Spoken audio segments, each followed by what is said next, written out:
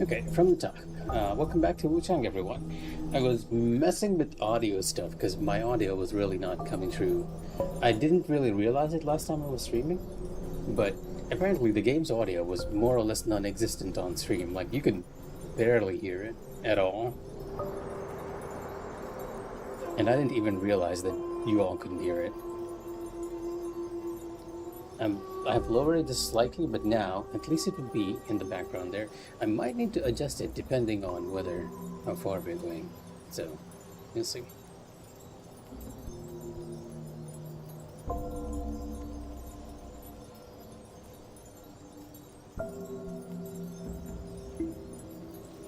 Right, now that everything is in place, and hopefully game audio is there, which will make for a more interesting stream than yesterday, which was more or less mute. You guys can actually enjoy the game this time, so that we can hear what's happening. And here's King, who didn't even tell me that he couldn't hear anything from my stream yesterday, even though he was the one on it for the longest.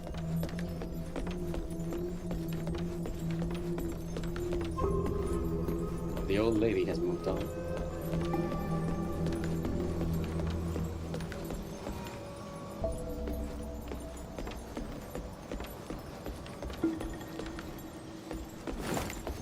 Okay, first things first, we have to get rid of the boss over here to proceed.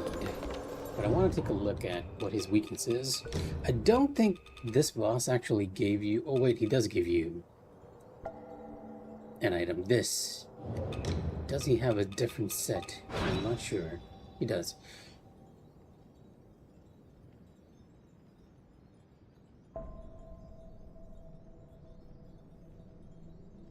Oh, I had the audio running. It's just that I didn't realize it was so low that it barely came up on stream. And the reason for that is, I think I mentioned it at the start of the stream yesterday. I have another source that's actually recording the gameplay because I want to do a video on Wuchang a bit. I do like it quite. So, also, the game apparently has an update, which makes it a lot easier, except I haven't received that update on PlayStation 5, so I'm not sure whether it's working as intended or we're gonna get the patch much later in my region. A lot of people are kind of happy because apparently it reduces the time for it reduces the time it takes for you to heal in between, and adds a lot of quality of life stuff that I've seen, right? One of them being that if you die at a boss, you immediately respawn next to the boss gate, which is an incredible quality of life change. Hopefully, you all can actually hear the game now. Anyway, the boss we are fighting seems to have, again, a bit of a theme going on in this area. A weakness to fire, so we're going to go in with fire spells. The ones that are actually useful. We have the bloodstained letter over here, which I do believe you can give to someone, right? I've sent my subordinates to the palace. Keep a close eye on the burning cave and make sure no one catches wind of it. Once the relic is secured, we'll meet at the Reverend Temple. Hope. Treasure this moment and wait for the good news. Respectfully, Honglan. Yeah, you know what? I don't think I actually gave this to Yoshia last time. Yoshia. Was it Yoshia? Yoshia, right? Because this is more or less a letter from Honglan to her, letting her know of what's happening over here at Reverend Temple. And she's sort of sneakily sending us here in hopes that if he gets the item, she gets some news of what's happening here. Yeah, I did not notice this before, but as you can see, we can indeed teleport back to Reverend Temple and give her the letter. And it might be prudent to do so now, before the quest disappears. Oh, she's not over here. Oh, I think I did give her this letter. Been to the Shu Sanctum yet? Any word? I see.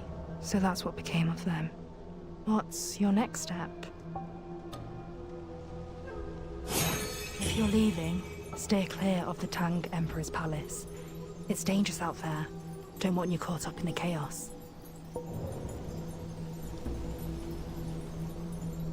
If you're leaving, stay clear. Man, I really wish you told me that you couldn't hear the gameplay audio yesterday. Xianhu, still not saying anything.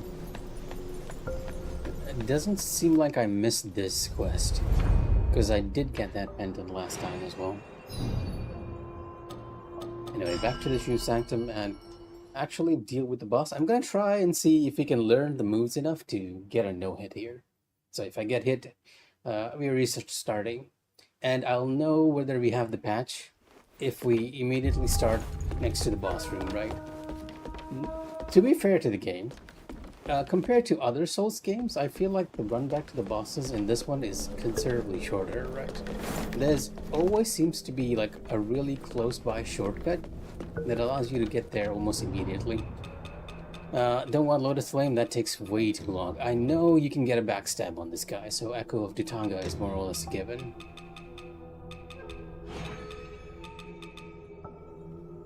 This is feathering.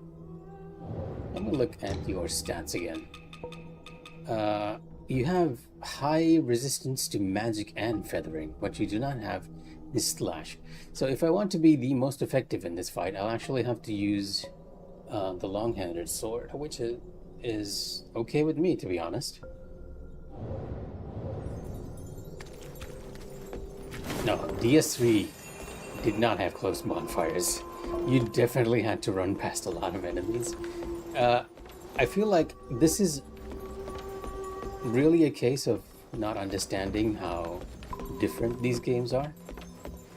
Because when I say that the run back to the bosses is not bad on Wuchang, I mean you don't even have to face any enemies on the way, which is very different from the Souls games. You're running past a lot of them later on once you get to know where you're going, right?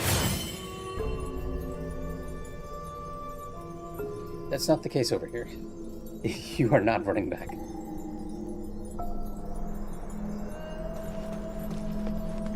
Which is honestly why I suggest you play this, but then, well, we know your tastes, so... Yeah, I am gonna spec into the longsword, because we want to go into a slash one.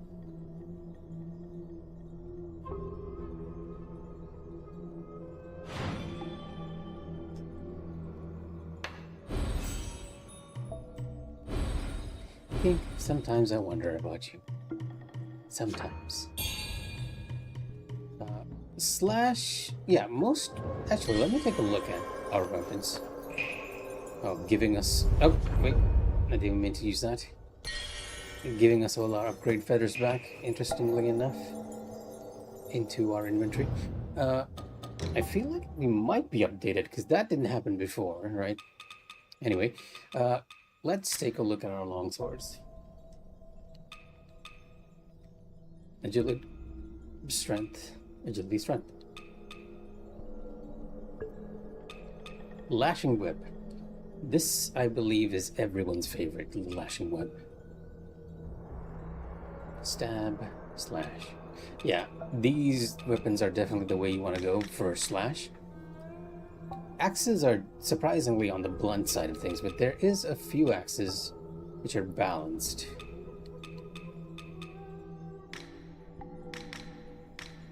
Dual blades are stab more than slash. So yes, longsword is the way you want to go for this fight. I'll have Cloud Frost Edge and Lashing Whip here. Do I want to combine both or not? Well, let's not combine just yet. I'm going to use different skills onto counter on one of them. Let's get all our longsword stuff. Upgrade it to max.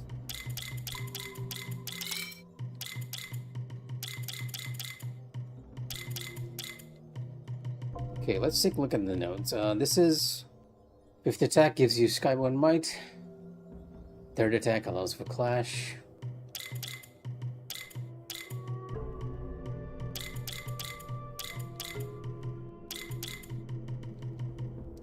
Now, what do we want in a skill? We have Crescent Arc.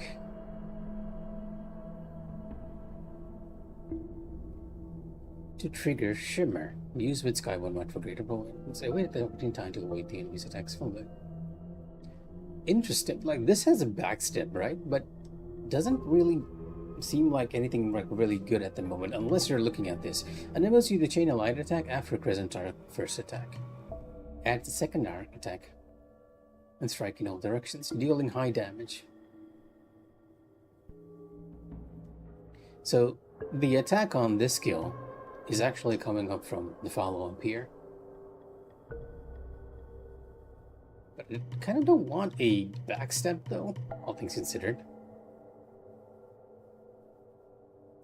I think I'm gonna go over here and get.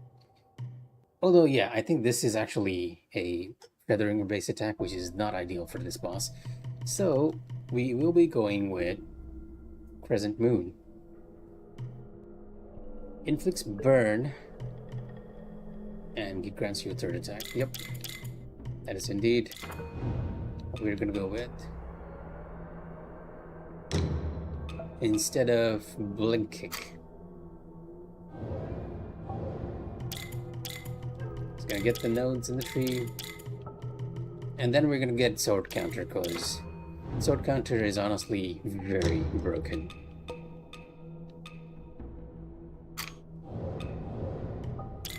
For very good reasons. Okay, now the question is, where do we go to get more strength and agility? The longsword is sort of a half and half, right?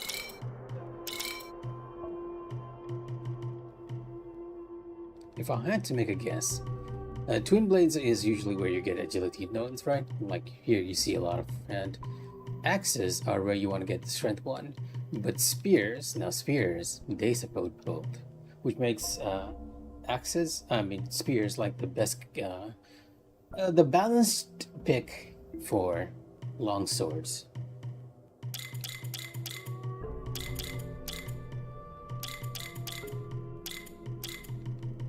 I'm gonna put points like very balanced on both sides. There we go. And if I look at my stats now, yeah, I have more strength, surprisingly, and quite a bit of magic. Oh, okay, I understand. It's because I completely forgot about the fact that I put in a lot of nodes over here into the magic tree. We can get a lot more stats. And let's have burn as our default tempering needle.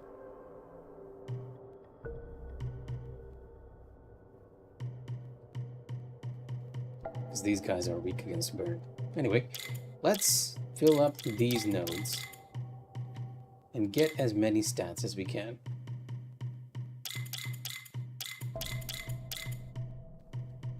Bit of a wasteful node over here.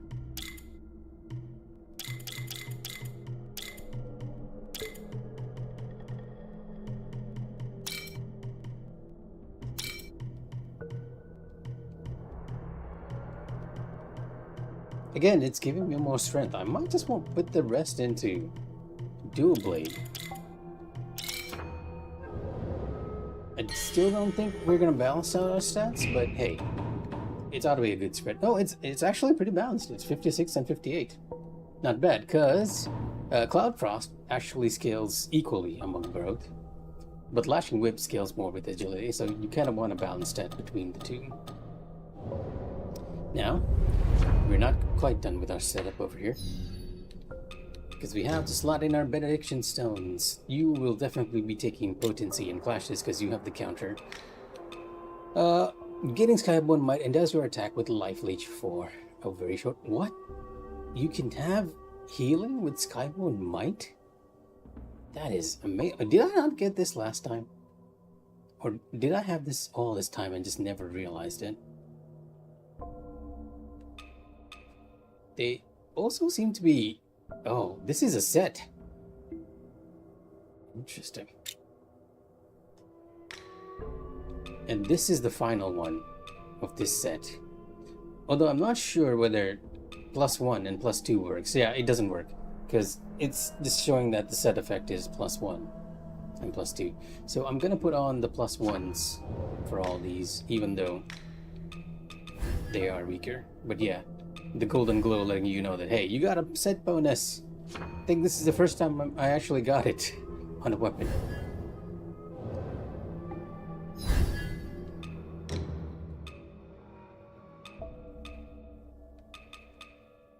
Backstabs. Backstabs? Do I want to get backstabs? Interesting.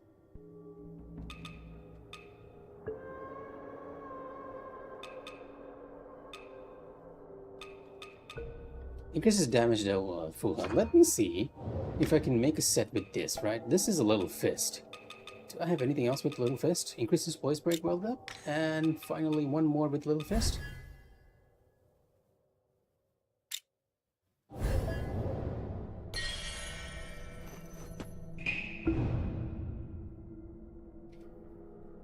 Gaining Skyborn Might endows her attacks with Life Leech for a very short moment. Increases the power of charge heavy attacks. Is that it? As well as their... First time I feel like the text is scrolling a little too slow over here. As well as the stamina cost. After gaining Skyborn Might, the power of your next attack... Come on, game, we have a all day, is increased.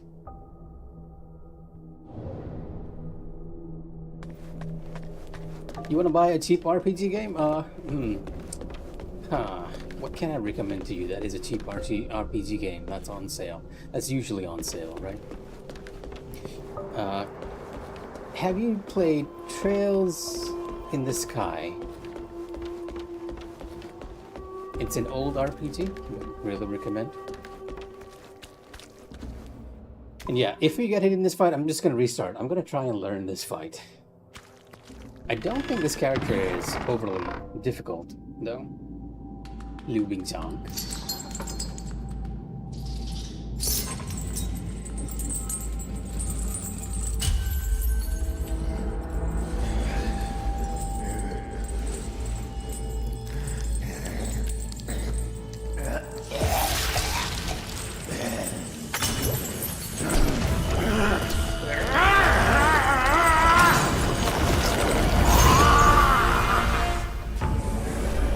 The audio might be too loud.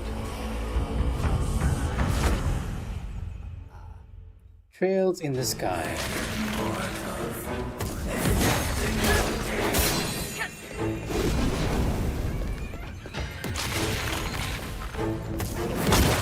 Oh, okay, we're dying, we're dying. Come on. Can I counter that? I feel like I can.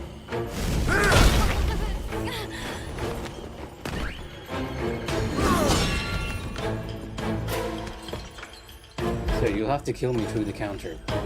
I will be countering it. Oh, this is just a poison.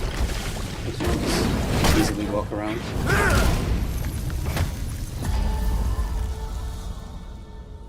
Okay, question. Is the game audio too loud now? Because I can see it peaking.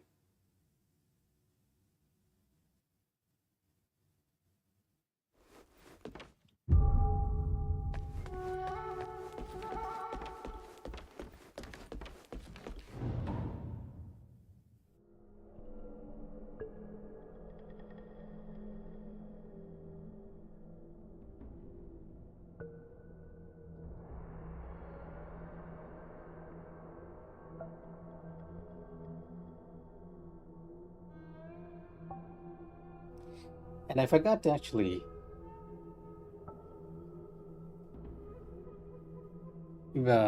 reduce the volume. Okay, I'm going to reduce the volume just by 10 notches. And hopefully it's not going to be too loud.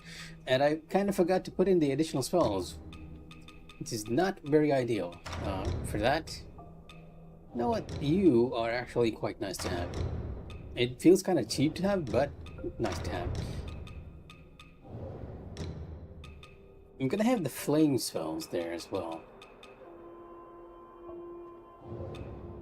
No need for you. Instead, Stamina increases stamina speed. Of course, that is very nice. No feathering damage needed. Power of throwables. But increases damage taken. Okay, I can work with that.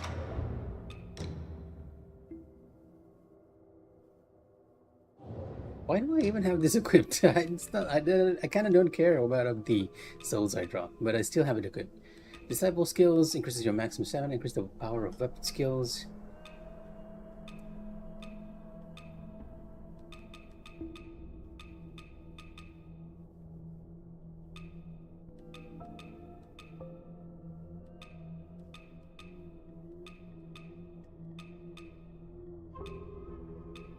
Okay, we'll get the pendant that increases our damage at full health. This stream is probably gonna be me just learning which attacks can be parried and cannot be parried against this boss over here.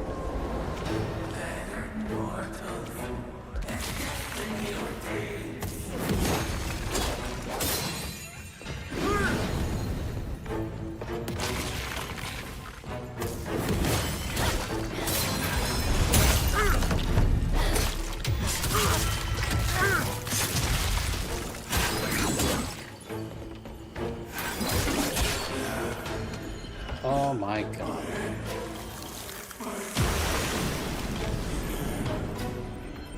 I take back everything I said. I just managed to kill him without taking a single point of damage. What the? I was expecting this to go much longer. Mikh'a blood, priest broken cane. Yeah, okay. All our buffs pretty much just coming in clutch there. Like his health bar melted. It's not what I was expecting. I wanted to learn the fight. Now I have to do it on NG+. But yeah, if like again, if you have like a very this is something I've noticed with Wu Chang a lot, and I think a lot of other players of Wu Chang has noticed this as well, that if you equip the right combination of items and equipment, the bosses go down much faster. In this case, we spec for the weakness of the boss, which is slash, and I have set effects that boosted that. I could have gone a step further and gotten equipment that's good against corruption as well, because that would have increased our survivability. But I did not change my defense equipment, mainly because our goal was to not get hit. That said, the amount of damage we're doing is kind of ridiculous. Very ridiculous. And with that, we get this, which we can hand over to Tao Ching. We don't need to because we already did. Liu Bingjiang, consumed by the powers he sought, cast aside his past duties and beliefs. This negligence allowed the remnants of the ancient Shu people to resurface and unleash the feathering upon the world.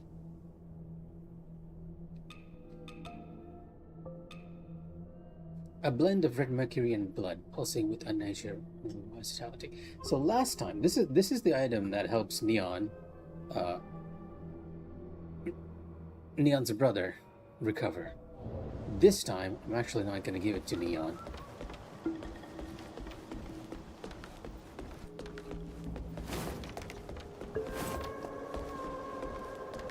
There's a part of me that's sort of genuinely defeated by just how overpowered Wu Chang is at the moment. Oh, ma'am! I'm relieved to see you unharmed. Did you manage to find anything? Oh, ma'am! I'm relieved to see you unharmed. Did you manage to find anything? Okay, so the option to give it to him doesn't go away, but I'm gonna carry it with me. What treasures do you have for me today? And Let me make an assessment. Tao Ching actually doesn't have anything else for us to give. We pretty much bought out everything he has. Same for Wugang, more or less. Although Wugang actually has the healing items and everything, Hey, you made it. which we can Got buy. some new stuff for you. Also, I'm guessing the patch hasn't been applied to me because we did not spawn next to the boss. Oh, you have benediction stones that I can buy. That is handy. The +1 variants. But yeah, you want to come back to Wukong regularly just to get these items, which are very handy to have.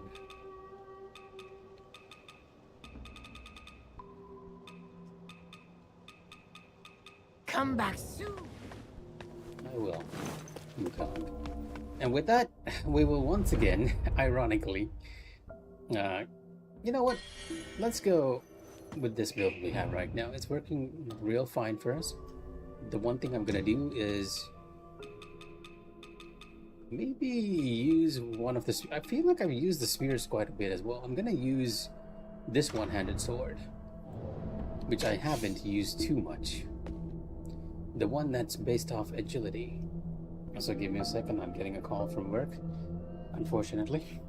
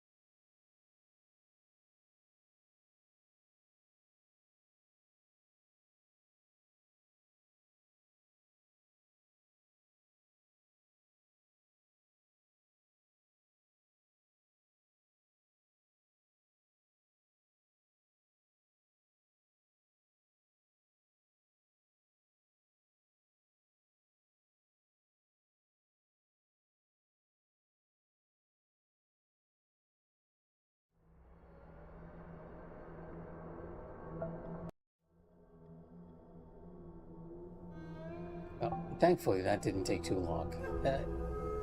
In my foresight, I've actually did and handed over that work much more quickly than we were expecting. Like, I had it in beforehand, so I didn't need to do it right now. Anyway, let's continue. Yeah, as I was saying, I'm going to use this sword, which is based on agility. We don't need to use magic too much with it. Although it does increase your spell power, interestingly enough, even though it scales with, well, magic. I mean, agility. So what I'm going to do here is spec out of this and give ourselves some magic points. A ton of magic points.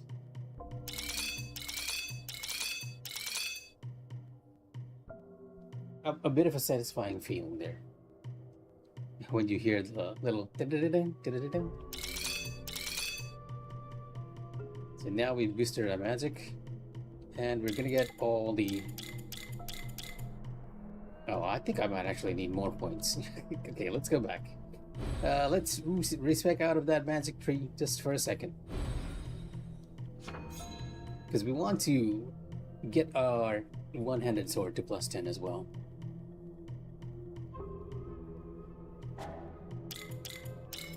Oh. In order to do that, we're going to go down the tree one by one.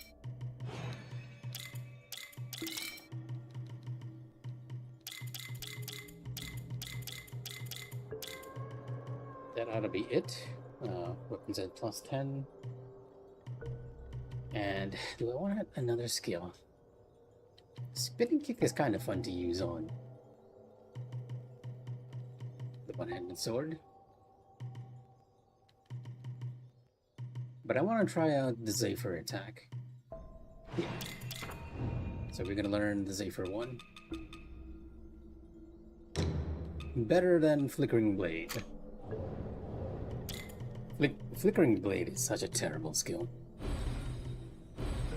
Or it feels terrible to use. I'm sure there's some guy out there who's mastered Flickering Blade and how it works.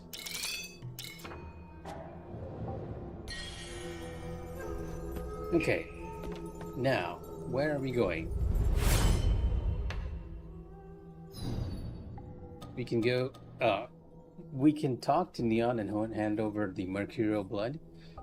But I'm gonna play. This might lock me out of my possibly a good ending if he discovers that we didn't give him the blood on purpose. But we can also talk to the doctor, so I wonder.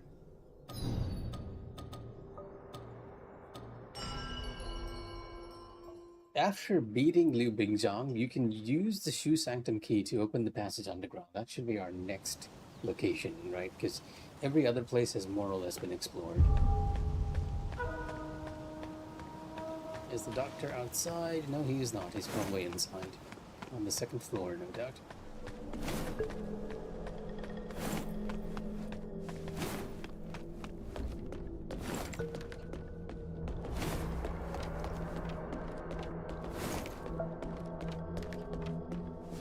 Have you been to the Shu Sanctum? The High Priest. Fate can be most cruel indeed. He who should heal others has been stricken by the very affliction he sought to cure. Legend says the Shu Sanctum was rebuilt by the descendants of Shu at the dawn of this dynasty to honor their ancestor Duriel. Many Shu descendants have settled nearby. Though their customs differ from the surrounding folk, they coexist in harmony. Once, there were two priests at the Shu Sanctum, a teacher and an alchemist. For years, their work greatly benefited the locals. The Shu medicine, passed down through the ages, is indeed extraordinary. At first, I sought their counsel on various ailments. Initially, it showed promise against the feathering, but alas, the effects did not endure. Yet tragedy befell them. One vanished, the other transformed and was never seen again. Even the greatest healers can fall victim to fate's cruel designs. Alas, it is the common folk who suffer most. This young man, much like yourself, still has his wits about him. He rests now, and the infection seems contained. Fear not. I shall do all within my power to aid him, limited though my skills may be.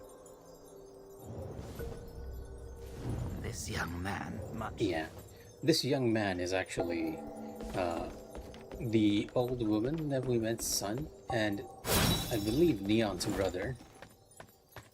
We're not gonna heal him. We're not gonna heal him with the cursed blood this time. Let me read the cursed blood description.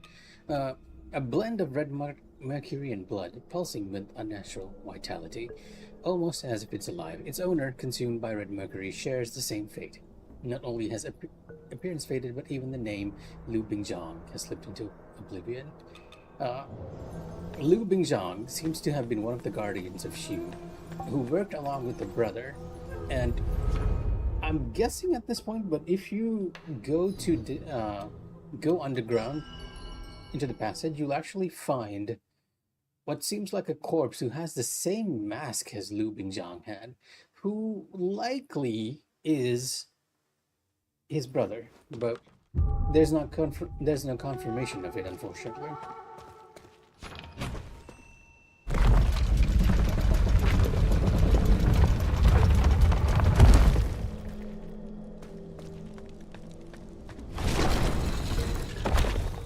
Nope, not.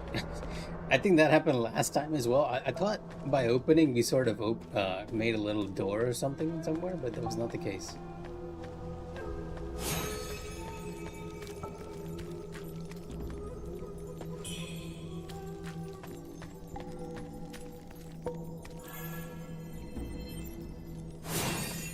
Piece of magic for us, and if you look a little did it always have the pulsating effects on this? I don't feel like I remember seeing these things pulse. And of course, since we're here, I am indeed going to wear anti-corruption equipment. And we'll start off with this equipment because I know that it has like very high base. Though I think the consort set might actually be the one with the highest resistance over here. Like her set, yeah, her set is like really good against all resistances. Just you get like a really low physical resistance.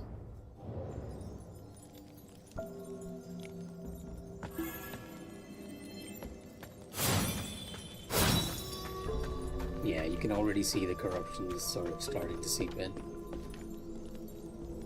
I got corrupted like real quick. It would be prudent for us to have flowers here instead of a healing item. Oh yeah, we should also shift out at full health to the one that heals us when defeating enemies. One enemy over there you can see, and if you stop over here to do anything, feels like a trap, doesn't it? Thankfully you can just walk in and break it. Day 1. The wretched priest concocting his potions in the shadows, denying us entry. I should deliver him to the Ming troops, reveal his heretical ways for all to see. And this is something the game does as well, right? Something the Demon Souls does as well. And that is, if you're going into an area with a status affliction, they'll probably give you a generous amount of items to deal with that affliction. And the diary telling us that somebody's gonna deal with the priest. Now that I think about it, it might be that Lu Bingzhang's brother was killed by these people. Because this is sort of indicating there was some sort of hostility going on with the people over here and Lu.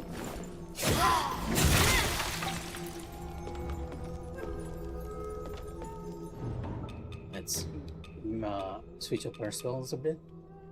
Feathering others. Okay. Feathering magic.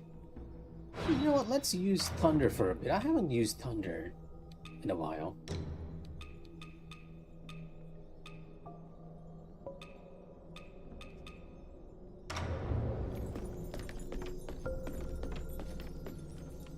Got over there.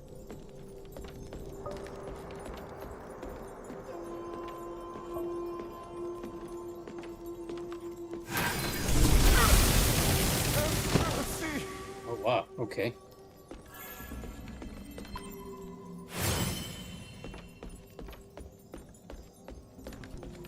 The two of us really need to go down there. They say no one ever comes back. And those noises. It's right. Remember those two priests from the Shu Sanctum? One's locked up above, the other below. I heard the one downstairs is already dead. It's amazing how much context you get on a second playthrough. Now, when I first came here, I wasn't sure who they were referring to, but now I'm absolutely sure that they're referring to the brother of Lu Bingzhang. And if you look at one of the pendants, the twin pendant somewhere, Koi pendant, Lu Liang. What's a green one? Maybe?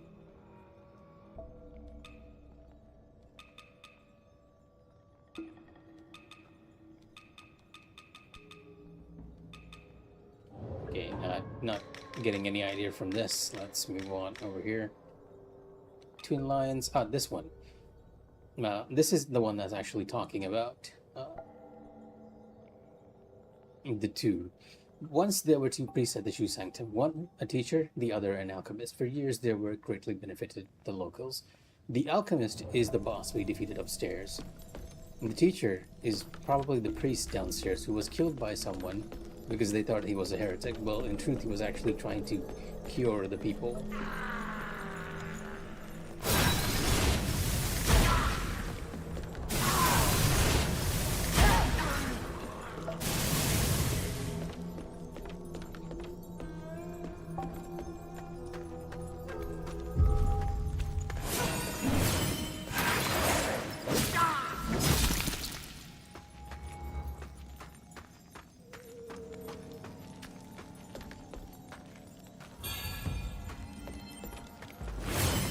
Well, I'm glad I have status resisting items over here.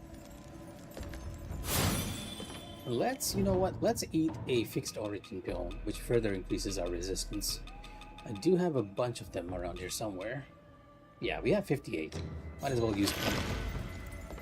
The buff lasts for a good amount of time.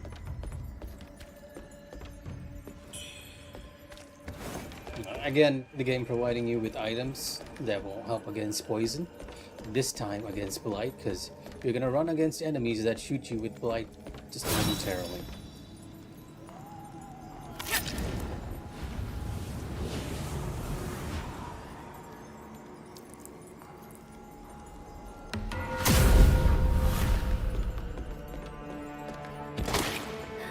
Come on.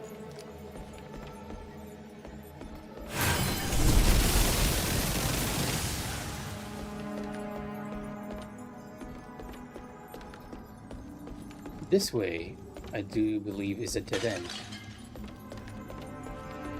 Yeah, this is the shortcut, more or less.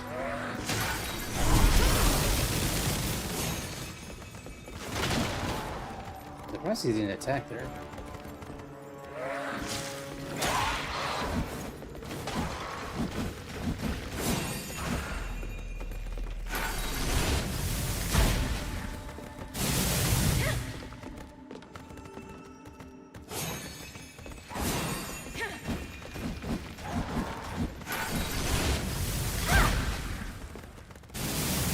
Doesn't do too much damage if you can't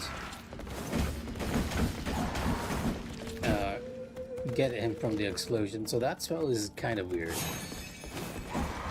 This guy is attacking slower too. I feel like his patterns change. Previously, like, he'll attack almost immediately when he gets close to you.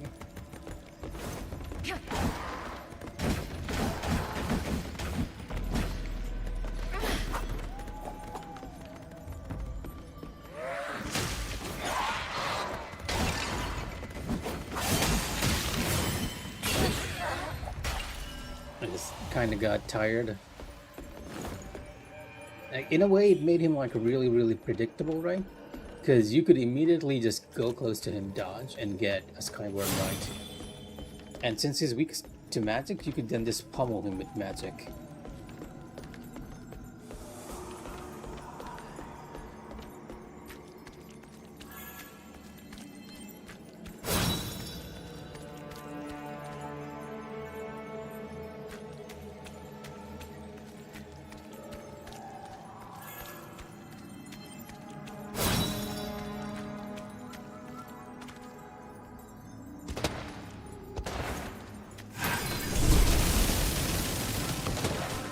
This lightning spell, however, is great. I think we can get a magic point here somewhere. There we go. Someone else is shooting at me too. Or it's just him.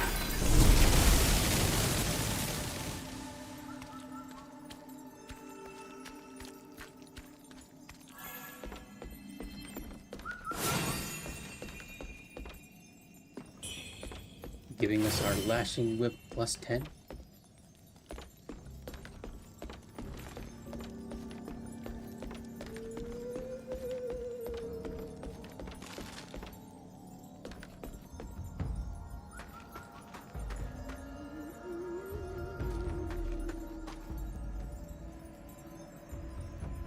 I almost feel like this was a trap somehow.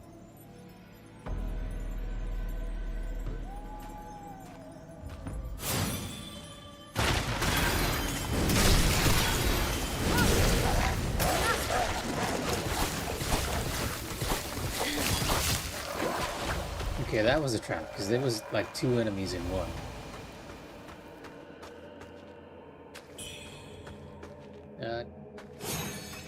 Okay, healing items.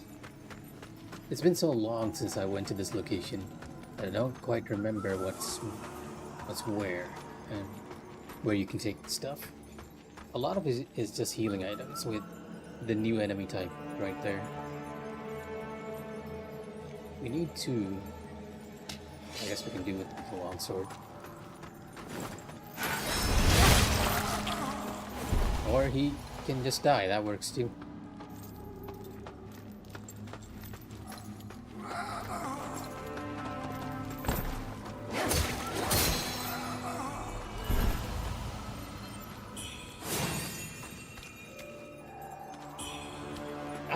I don't know.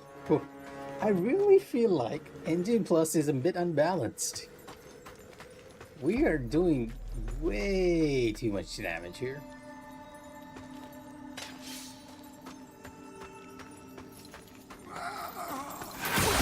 Oh, that was not a dodge? Okay. Oh,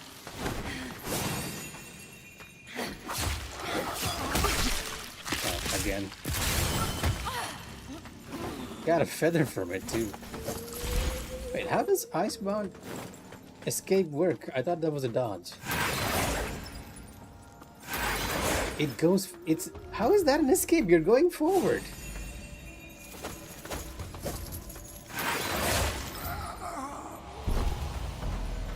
No, I need to read the skill. Evade backward and throw out icy blades. You're not... Oh, wait, I'm using the wrong one. I'm using Slicing Zephyr. Ah, okay. No wonder.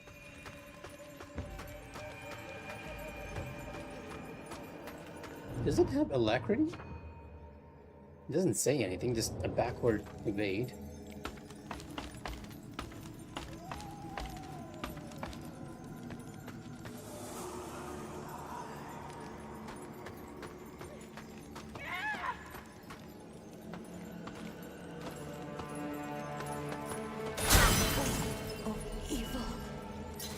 Okay, that looks like an evade now.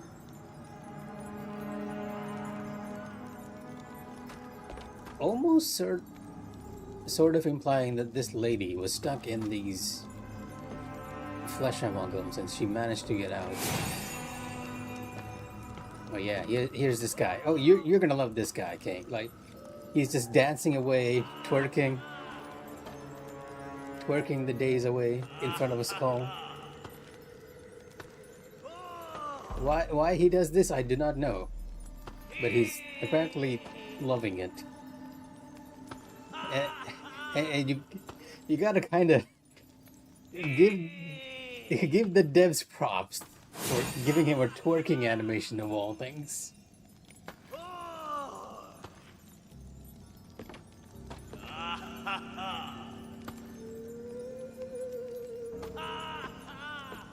Kiki, do you love me?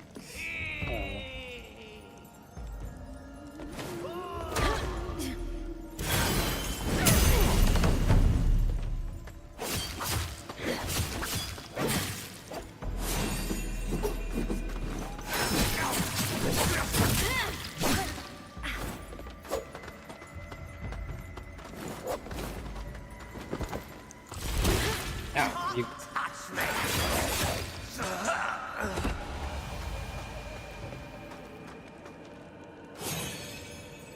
The guy was actually mocking me.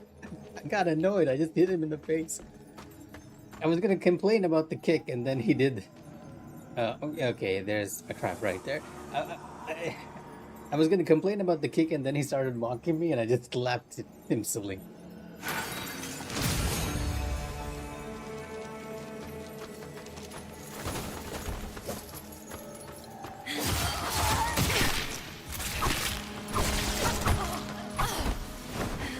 These grabs. Oh! Whoa!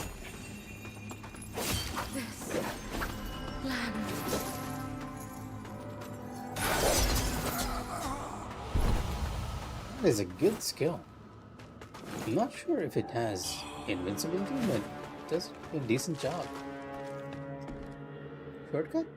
Or just, oh no, this is not a shortcut. This is just gonna bring us down to the other level over there.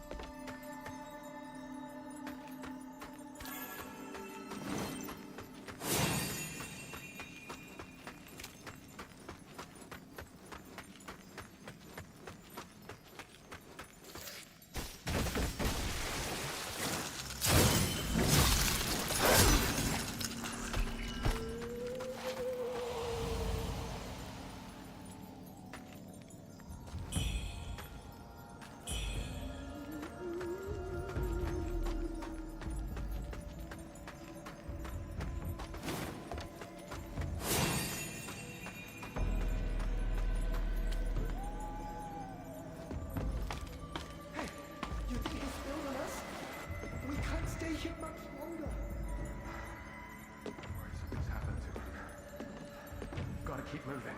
Once we find the exit, we're out of here.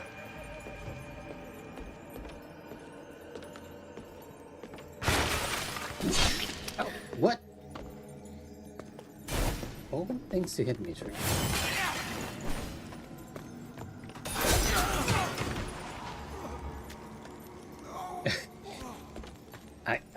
I really do like that move. It's so quick. The only thing I'm not sure about is whether it has invincibility frames. It says it's a backstep, so I assume it does, but I'm not sure. And with this, we sort of opened up the first shortcut for the area. Can run back to the shrine over here and actually upgrade our weapon to +10. I thought I had it upgraded to +10, but apparently it's only +8. So we are missing a upgrade node somewhere.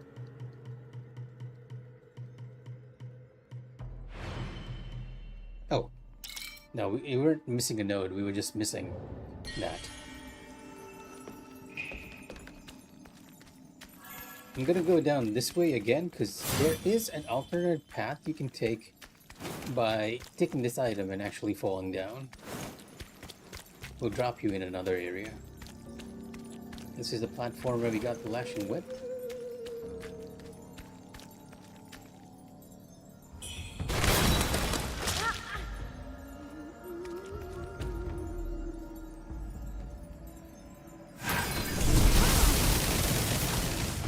Yeah, that thunder spell is amazing. Someone else too. Yeah, you.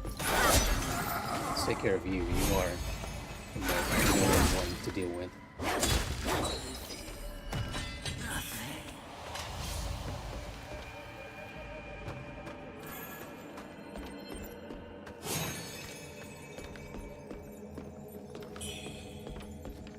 Wine, another healing item that I almost never used in the game.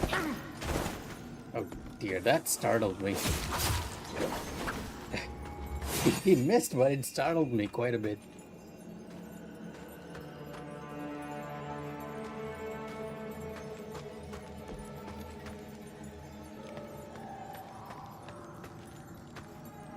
A narrow path.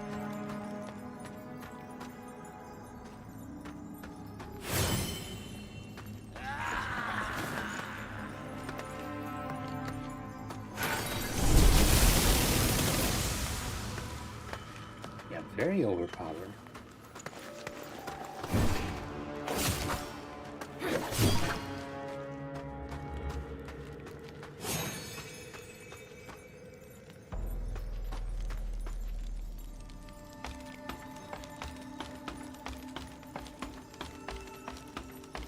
This will bring us back to that ladder we saw on the top. A little side path. It doesn't really give you much of anything, if I recall correctly. Like, nothing too overly useful.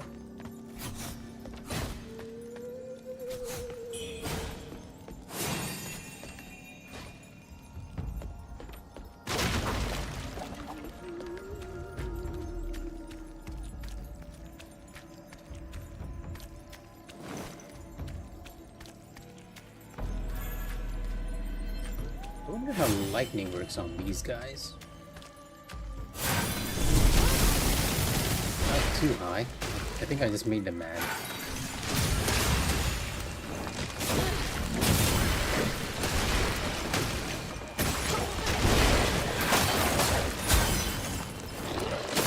Nope, wrong target.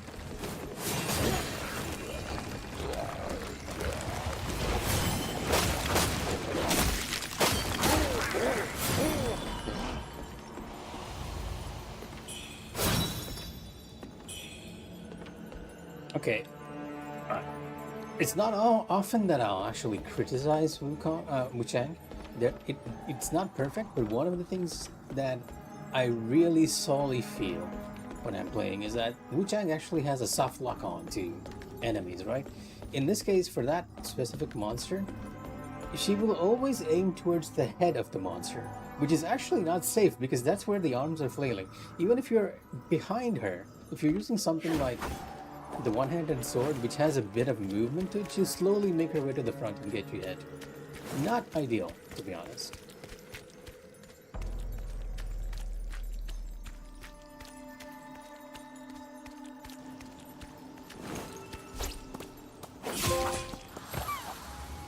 Bamboozling return. Huh. Did I miss that? Did I miss that bamboo shoot last time? I feel like I must have, right? Because I just got the trophy. Got a little trap over here. With the pressure plate. You know, when a trap is this obvious, I'm usually worried that there's something else. But the reason I just walked up this time is because this is the second time. The first time I was like, there's no way they're gonna not put another ambush, and I was like approaching very slowly and checking everything. But apparently it's just this one. Which is why it's odd for me that I did not get this bamboozling. But hey, at least we got the trophy. One trophy down. I will probably platinum Mikh'a because I really like this game, all things considered. I think it's quite good. Performance issues aside, of course. And the horrendous motion blur, which we have switched off, thankfully. Thankfully.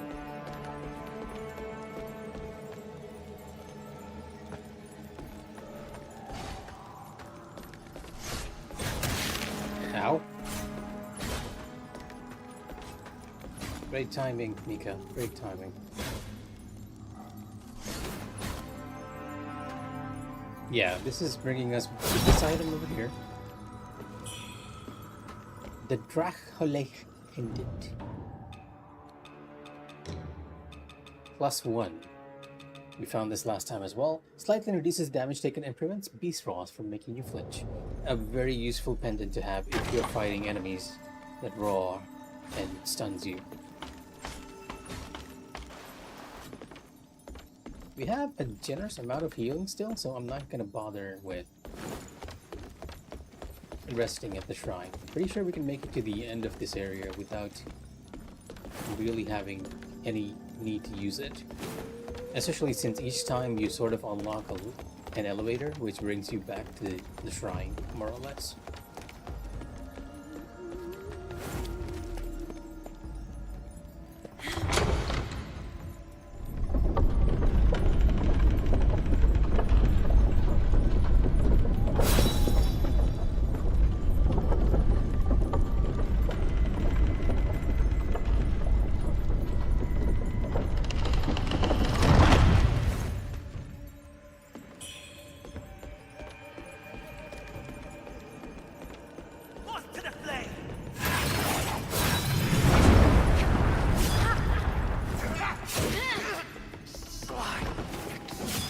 I was kind of hoping that the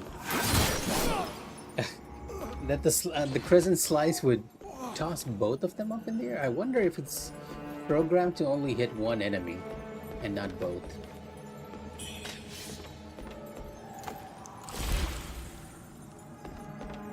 The second shortcut over here, which you will unlock momentarily by going deeper. And another diary entry to sort of give you an idea of what's happening.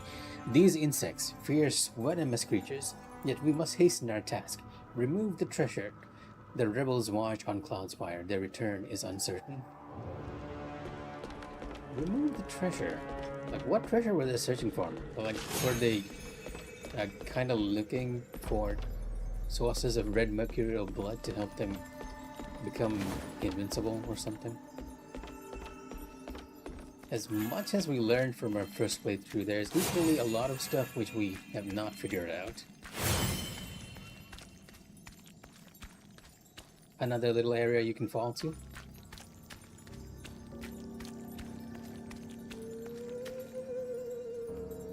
There's an enemy here somewhere. Okay, there you are. Just so dark. The only reason we saw it was because of the lock-on.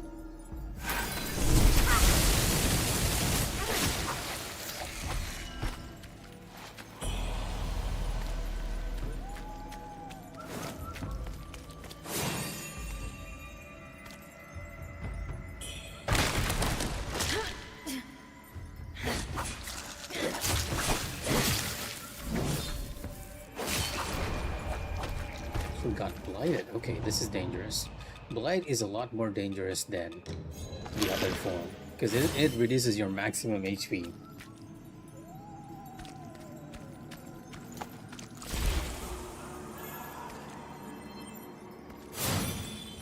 Sort of putting us right next to the boss room.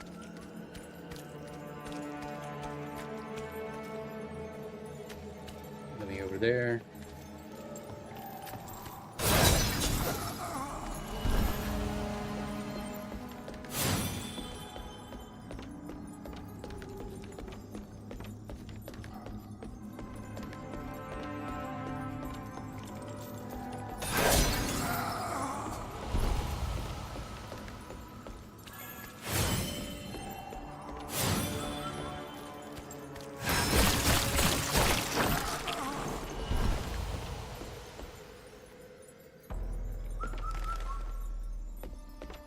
I don't think I can actually make it that area, but it almost looks like you could jump, but you're just gonna fall off.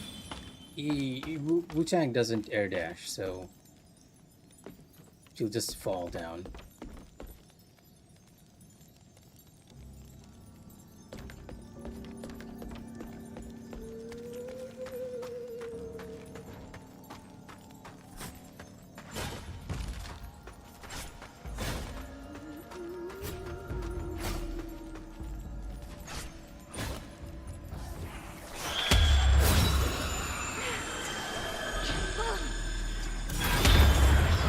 Whoa, wow, that was quick.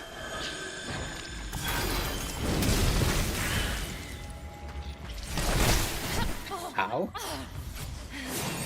Okay, this, you know what, let's just equip the pendant, because we don't need the increased stamina recovery at the moment. But yeah, that is a beast roar. And this pendant that we got, coincidentally, helps us against getting stunned by those. Something's above me, isn't it? Or is that just random weird noises? Phoenix pendant? Wait, I did not find this last time. I'm 100% sure I did not find it. Yeah, I don't have the normal variant. Increases the ailment buildup of throw attacks. Throw attacks. Oh, okay, interesting. Because there's a pendant that actually increases damage of throwables, which means the devs fully intend for you to make a build where you rely on items. Might be fun for one playthrough.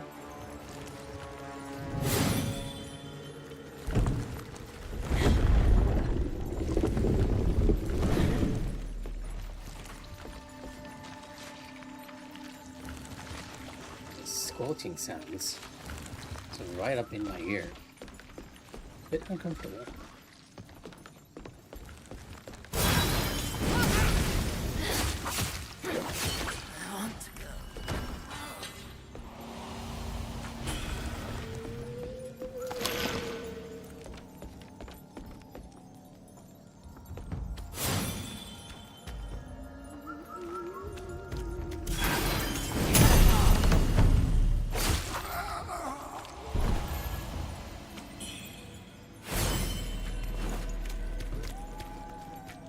Yeah, and this sort of puts us back to where we came from.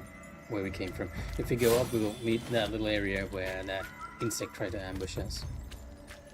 So we have two options over here. One is to go over here, and we took the item here and fell down.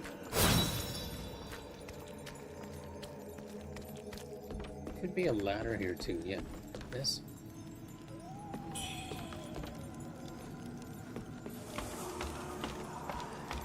Guy just waiting to ambush us.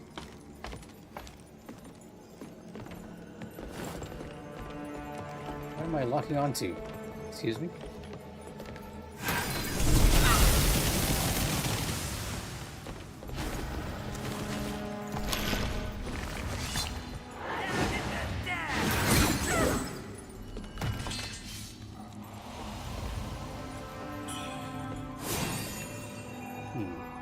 We're going a little too low for my taste. I feel like we should go to the other side. It might be the shortcut side. We probably should unlock, right? Instead of going just one way.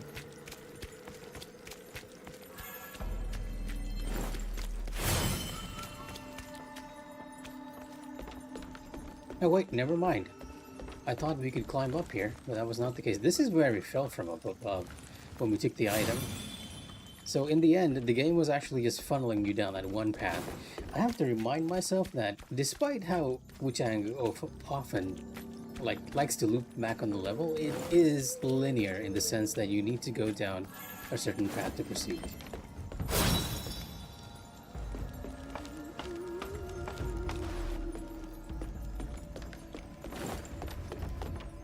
Let's run on through the nasty purple mist. Okay, it does lead us to a shortcut. Unlock this just in case. Although, since we're on NG+, I don't quite foresee us dying to any enemies.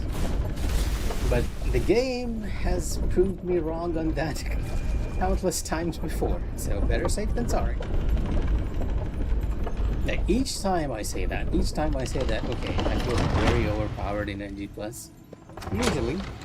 Usually there's this one enemy who will completely trample me and almost kill me.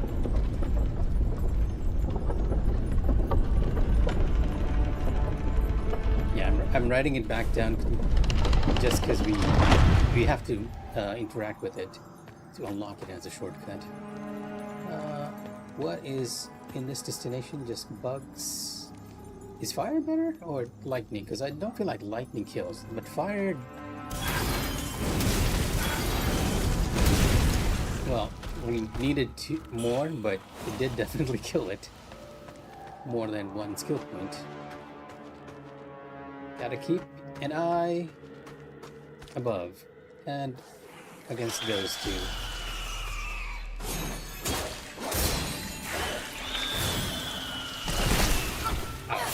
Okay, I forget.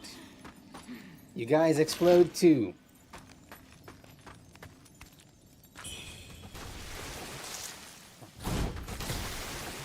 Light.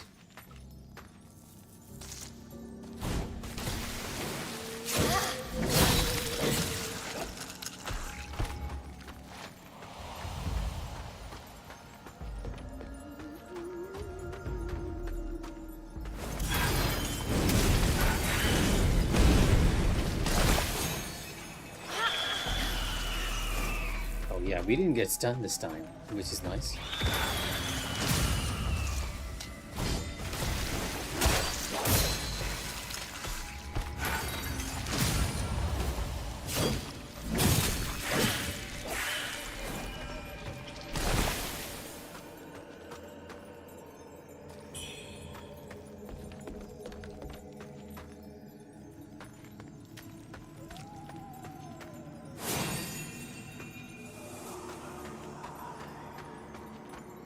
Take a quick look over here.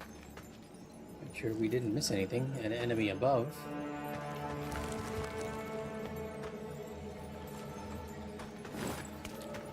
We can only reach by going through the other side.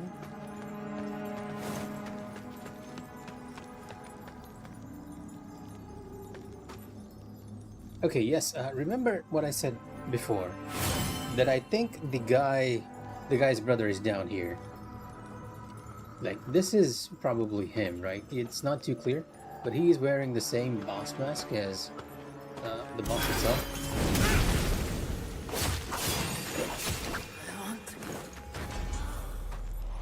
Would kindly let me do my explaining, sir? That would be very welcome. But yeah, this is the mask that we get from the boss, and he's wearing it during his fight, more or less. Having learned the secrets of resurrection, the Imperial Guards imprisoned Liu Bingzhang at the Shu Sanctum. Within its walls, red mercury corroded his mind, and not even this beautiful mask could fully hide his grotesque visage. If you look over here, even as red mercury consumed him, Liu Bingzhang clung to his dream of restoring Shu's former glory. His devotion first drew the Magus' whispers, and in the end, it bound him to the featherings. I didn't quite understand it the first time. It seems that the Bow Magus, the lady in red that we meet, was the one who sort of egged Liu Bingzhang into killing his brother, right? Because if you look over this corpse, right? Again, not too visible due to the depth. You know what? Let me turn that off. Pretty sure I can switch that off. Off. Yeah, there we go. Yeah, his brother. If you look like really, really closely, it sort of looks like he has a head wound, right? Like something cracked his skull open. I know you're not getting a good view, but just assume that the blood on his head is sort of indicating a wound, right? And if you go over to the key item that Lu Bingjiang gives when you defeat him as a boss, if you can find it. Valuables. Yeah, this. A broken cane stained with red mercury crystals where it snapped. Lu Bingjiang, consumed by the powers he sought, cast aside his past duties and beliefs. This negligence allowed the remnants of the ancient Shu people to resurface and unleash the feathering upon the world. Now, that lore bit is not so important. What's important is that red mercury crystals usually appear where blood is around, right? And this seems to have snapped, possibly because Lu Bingjiang used it to crack his brother's head open. A bit of Souls lore storytelling for you there. Things you don't really realize until you play for a second time. And further confirming that it is his brother, you get the twin pendant from him.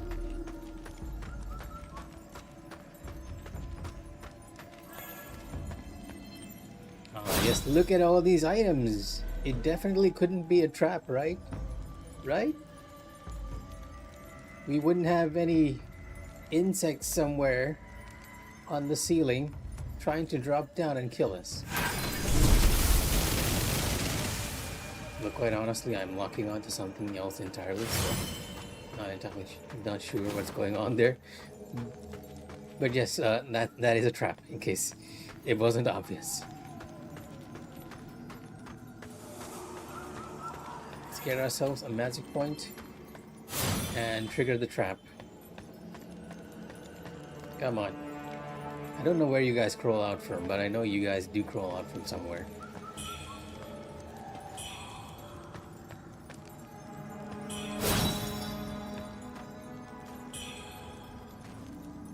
Where are you guys? Did that lightning trap actually kill you? Lightning spell actually hit you all?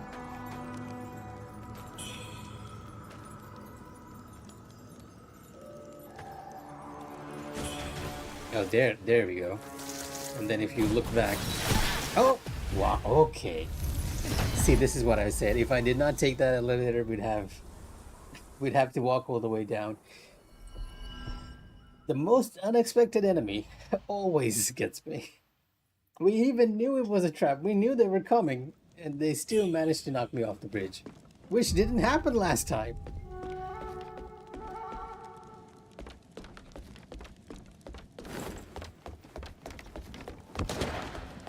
Zigzag, avoid that guy shooting.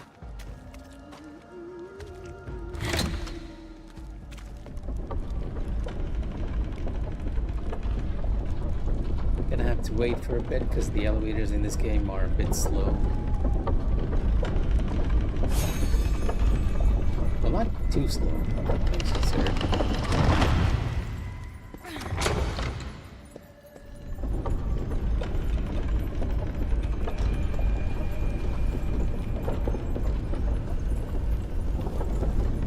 Usually it takes the same amount of time as to do the dancing mode or the Tai Chi mode. So you can kind of while away your time doing something like that.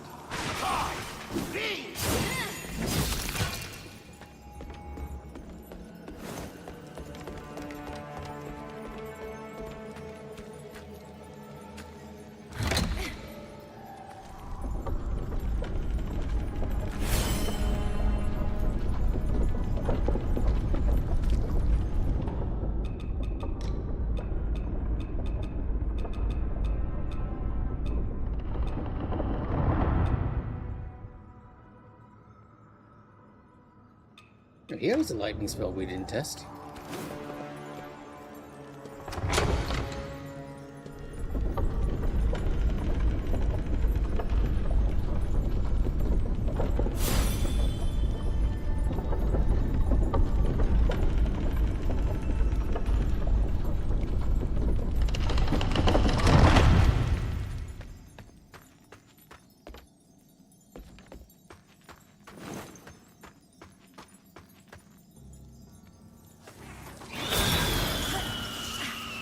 Oh, you can still apparently make it flinch, interestingly enough.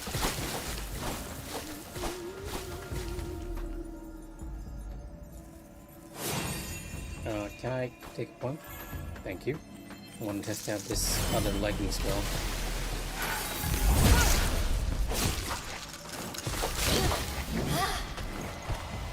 Oh, interesting. And actually, the lightning spell itself causes paralysis for you. Leap forward and smash the ground, creating a thunderstorm that causes lightning damage and paralysis buildup. The paralysis buildup is there on yourself too. So you want a lightning resistant piece of equipment for this one.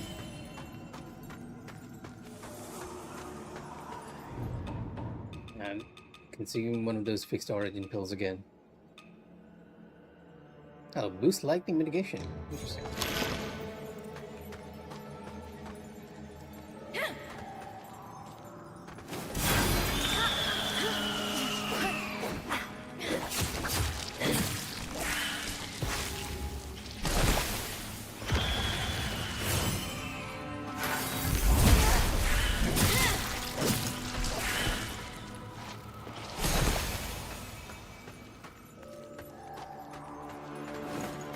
My corruption is almost full.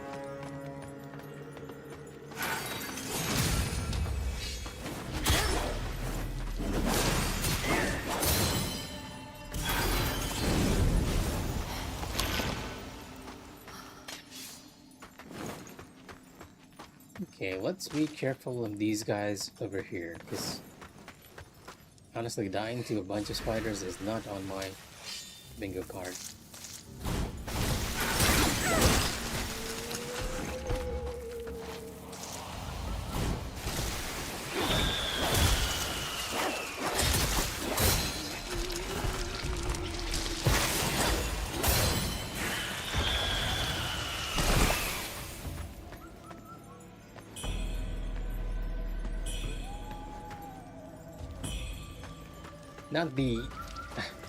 Not the most difficult of enemies to contend with, but if they get the jump on you on that bridge, you guys sort of saw what can happen. It never occurred to me that they could knock you off into the platform, into the blood there. And here, I think we get our final, entry. Day 7, my bowels betray me, and my eyes weep crimson. Even meat has lost its savor. My mind falters. The tea's strength fades.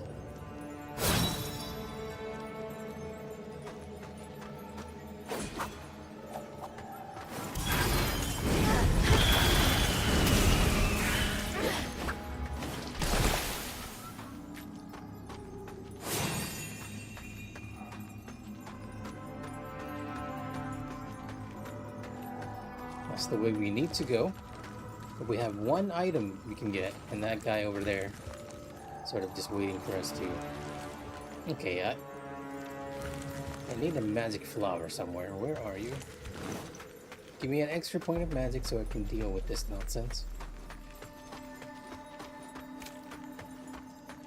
No magic flowers on this side. Okay.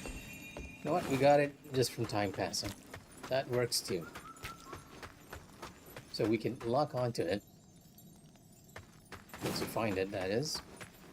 And just lightning it down. Oh, I lost my feather? Or do I need an extra one? There's 2 of them, actually.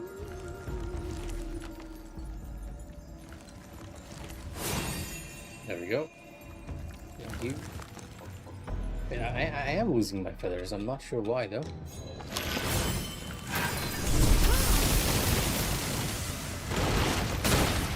Oh, that's still with me?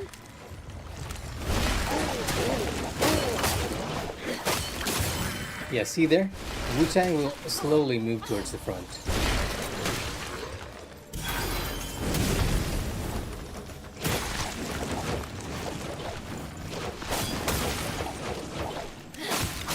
I kind of wish she didn't do that, but hey, it happens. Emerald Lotus Seed. Yeah, pretty much the only reason you're coming here was to get that item.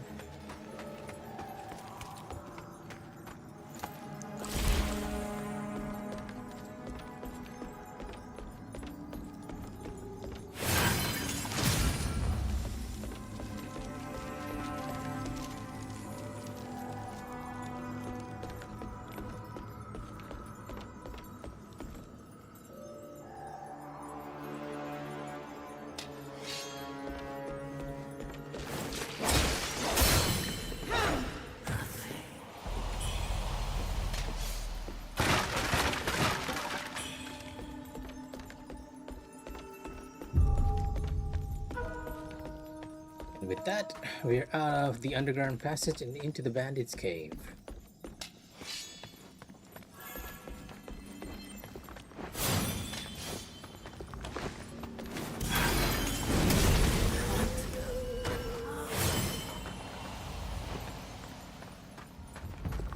And this is where you first meet one of the corrupted avians, who is also, I don't quite understand why they do this, but they're really dancing a little jig. And the game is sort of giving you an easy win with this guy, because he's not full health, right?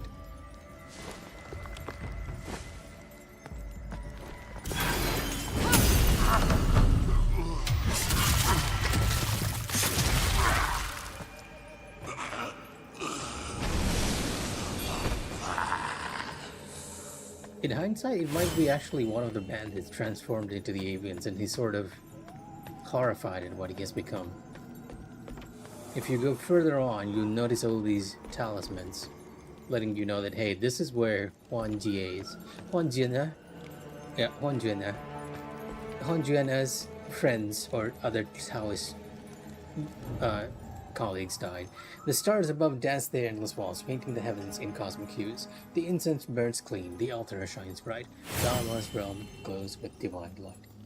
Disciples of Wei, Wu Weiji, Ping Yangxi, their fates entwined in sacred wisdom. Begone, wicked spirits and heretics, flee from this hollowed space. By the authority vested in me, I command thee. Yeah, more or less a spell used by the Taoists to sort of get rid of the demon here, except the demon ends up swallowing the majority of them and becoming this one large centipede demon.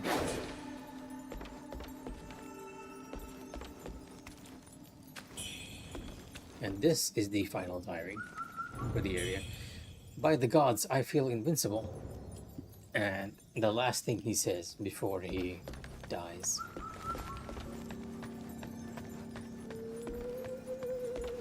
We didn't go further because I know the next room is a boss room. Again, I'm gonna try and defeat the boss without getting hit, just to learn his moves. Let's rest up too, because I don't believe there's anything else around here. And respec as needed, right?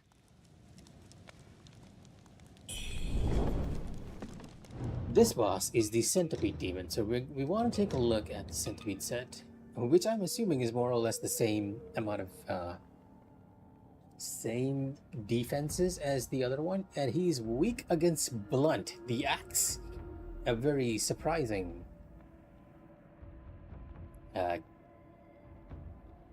choice there. Oh wait, he's also weak against magic. And fire, though not okay. He's weak against a lot of things. Like he has minus in poise break, burn, despair, paralysis. So what do we want to go in as for this boss? I'm thinking axe. No. Magic is what he's weakest against.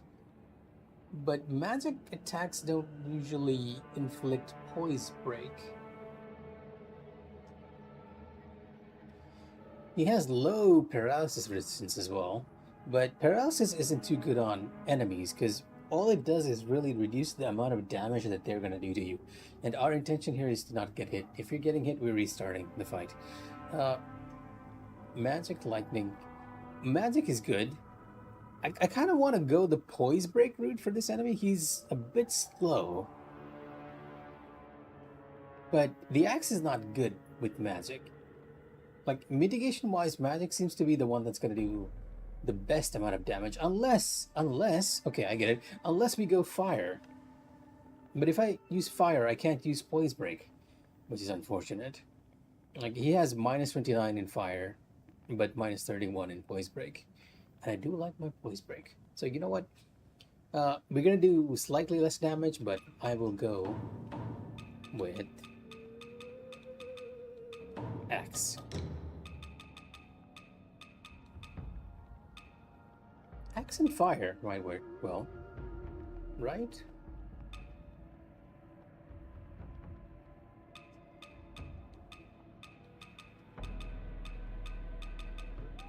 Are these all the axes I have? I feel like there should be more axes, right? Like, even with the long swords, I've definitely missed some weapons, right? Because we only found like 3 long swords, a bunch of dual blades, barring the duplicate one over here, a good amount of spears, and only 3 axes. These are just duplicates. There is something going on here that we don't quite know. So among the axes, what do I want to take in? Combustion Cleaver is good. It will make the fire effect a lot more potent. You know what? Let's go fire. Like, Combustion Cleaver with fire. That works well. We will have the Astral Blade as our second weapon of choice, in case we need to use magic.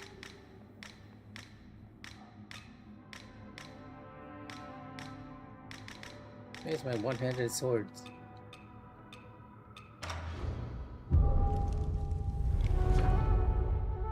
And now, as usual, respec time.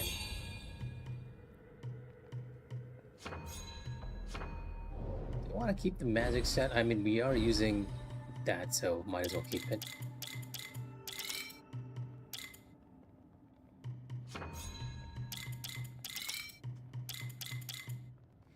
Turn with great force as you swing your mighty axe, finishing with a massive final strike. Although the boss does give you a lot of openings, I'm not sure this is a good skill. There is one situation where this will be like really, really good, because the way this boss works is he's sort of a puzzle boss. There are like little pillars around the room, and if you drag the enemy into those pillars, he will be momentarily stunned, allowing us to use spin to win on him. And spin to win increases Skyborn Might Poise Break, which means this is like a really good option if you're going for the Poise Break stuff.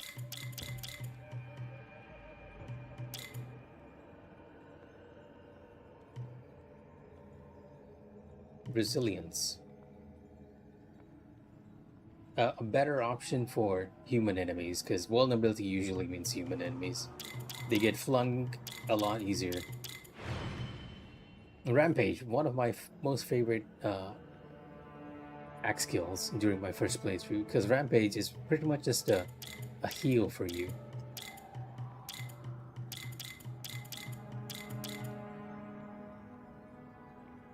And this is corruption. Okay, so yeah, the one option we can and should be using is really just Whirlwind. Let's unlock everything else and put in as much into the nodes here we can. And maxes out our damage. Endurance. Any strength nodes I can multiply? Oh no, just endurance. So it's gonna give me more. Oh wait, here's one strength node. It's just gonna give me more health and stamina at this point.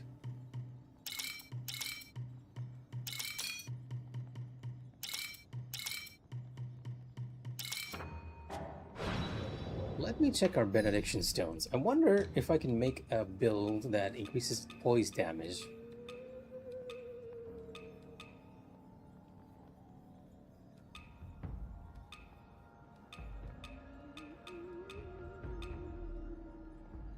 Deal increased damage if he suffers from poise break, right?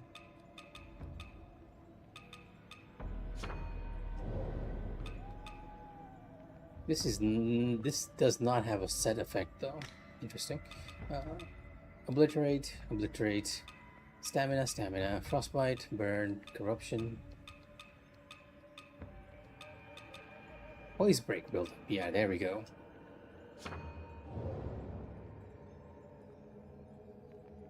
Interestingly enough, you are part of a set, but not what I think of. Okay, you know what? Let's just go for the set. Hopefully, the last one also has a voice break thing. Yep, it does. It does. Okay, we have a poise break set right here. Instead of burn, I will use something for you that increases magic damage.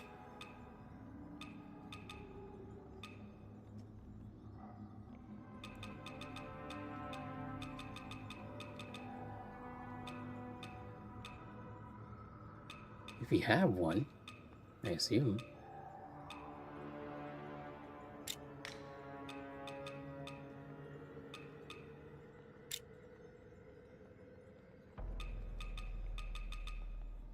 Okay, we don't.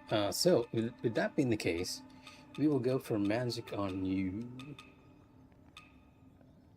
Oh, maybe burn, right? Because this guy's weak against burn too, and the magic I'm going to be using is fire spells. Burn.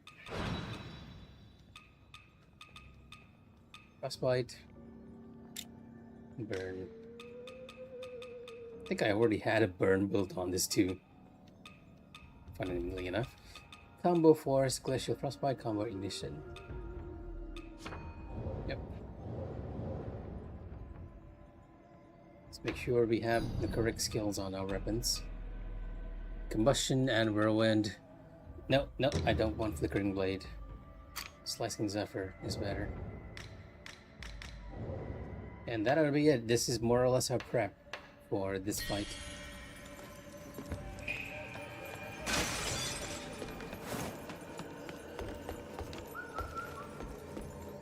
Wait a minute, do I want to use the Poise Break Needle or the Fire Needle?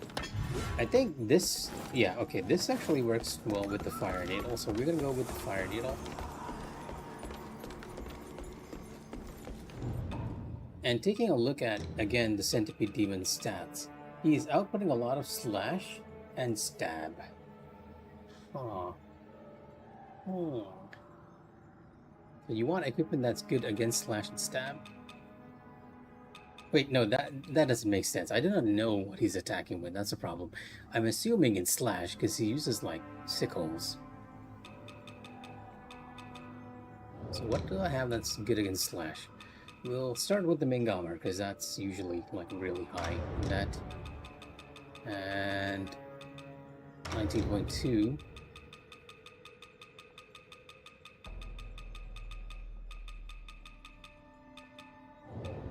Could be just the non-general stuff that's the best. Well, we'll see.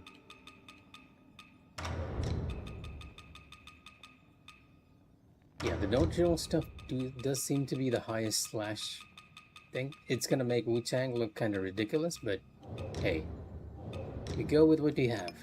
There'll be no glamour in this game. For now. For now, I mean. You guys know I love glamour. Here's the Ming one. Here we go.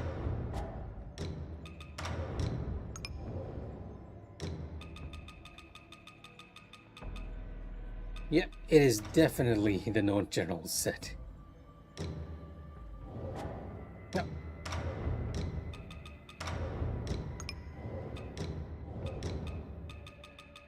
I always thought there would be one other set that's like really good against Slash. There is a set which comes close, which is the God Guard stuff. But no general might be just the way to go. Overseer, no. Clerical.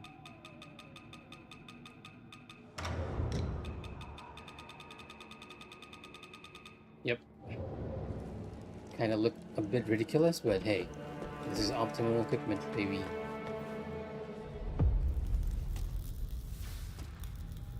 Oh, I forgot to buff up before we went in.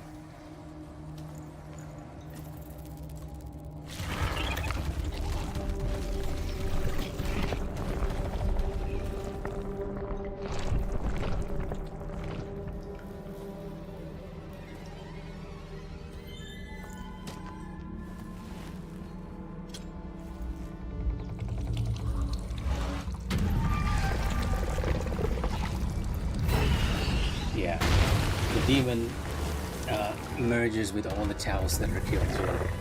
So you're gonna be hearing everything the Taoists were saying or thinking at the time. I beseech you, deliver me from this fate.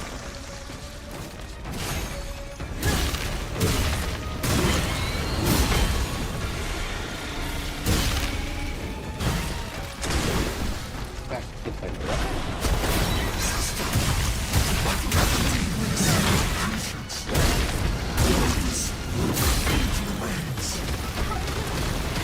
I'm not dodging here, but I kind of want to die.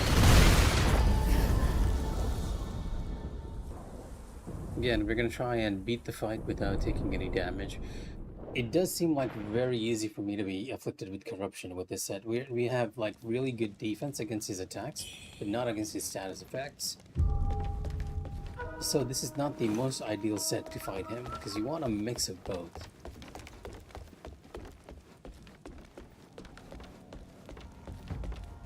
Which can be arranged, I guess. I can go for the consort stuff, which gives us an okay amount of corruption resistance. Yeah, because the Ming General has like... You know what? The Ming armor might actually be the best one for this, right? No, even it has like minus for corruption. So... Wu Chang's base armor, maybe? Yeah, because it is the best all-rounder, all things considered.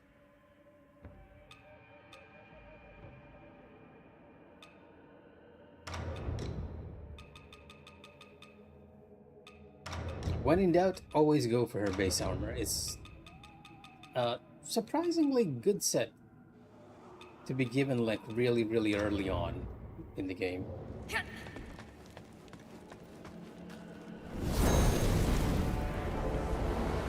I beseech you, deliver me from this fate.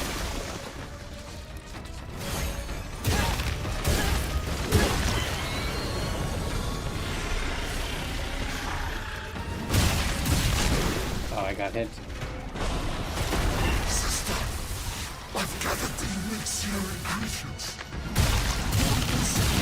It remains.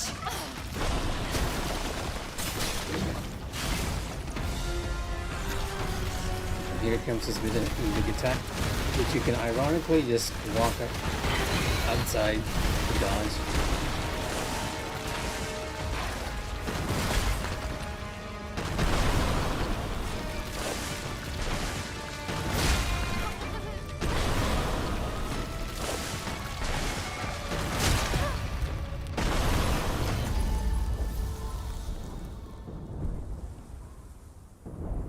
Okay, our build works like really well against damage, and part of the reason for that is, again, we are on NG+, so despite it feeling like we should be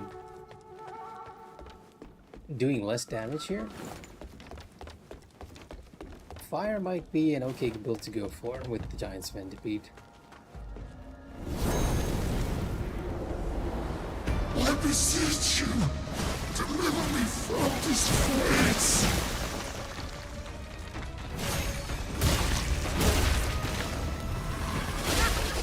Oh, I got hit by that. That was way too easy to get hit. I've gathered the elixir ingredients. Only this feed remains.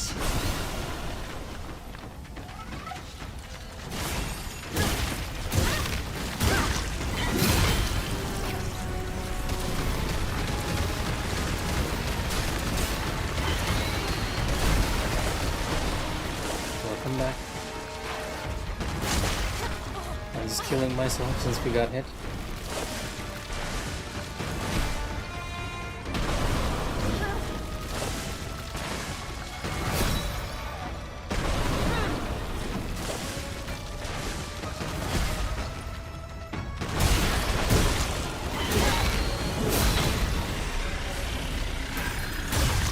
No, wait! I don't want to kill him, I don't want to kill him.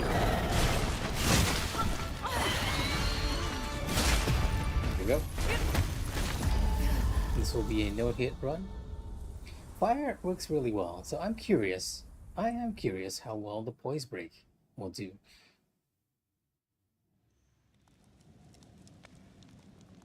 But in order for voice break to do well, I'll need to increase my madness a bit, which does require me to do a few changes over here, right?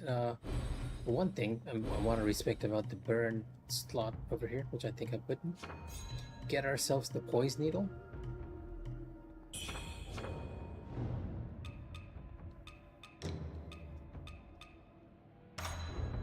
We'll also need to sort of change the axe we're using because this one's not compatible.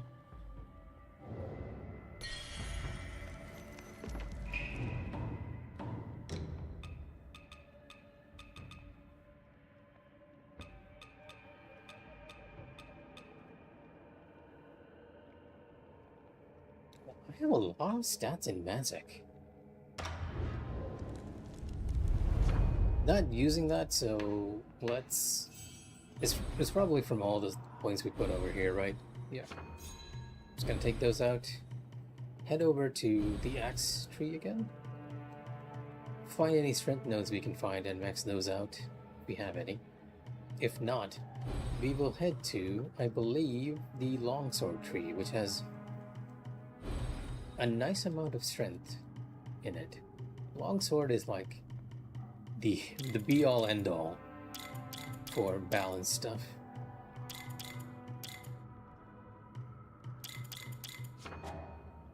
But not, we don't really have too many points over here. Bit of a shame, but that's fine. How many stats do I have now? 49 strength. That's okay, that's good enough. If we respect out of magic, we'll actually have more, and since we're not using the one-handed sword, ideally, once you get like really good at the game, you kind of want to be switching between weapons, but I'm gonna go for a one-hit build over here. Just increase all our strength nodes as much as possible. This side has agility, this side has feathering.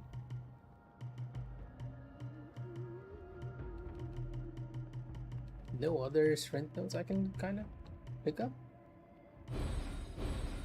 There is the skier skill tree.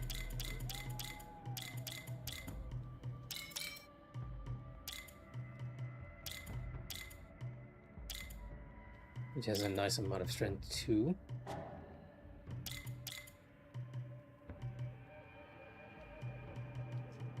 That might be all we can pick up right now. This gives us a generous amount of strength.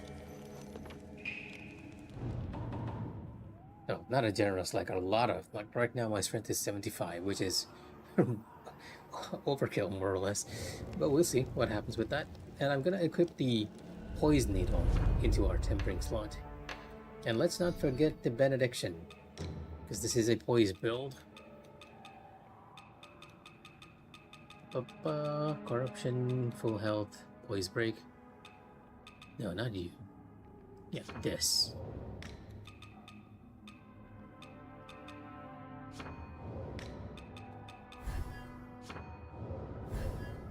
Get ourselves that sweet set bonus from equipping the tree.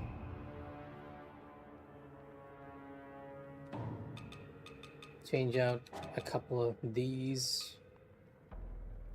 No need for slash. We actually have one for blunt. I wonder how much this works, right? Where's the blunt one? Throw up, blunt attack power, increase stamina recovery speed. A good thing to have for an axe, because you're kind of bleeding stamina there.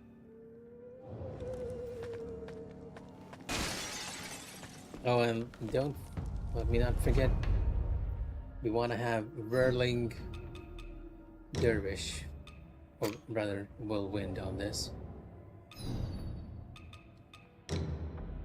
R1 square square square, you can do that too.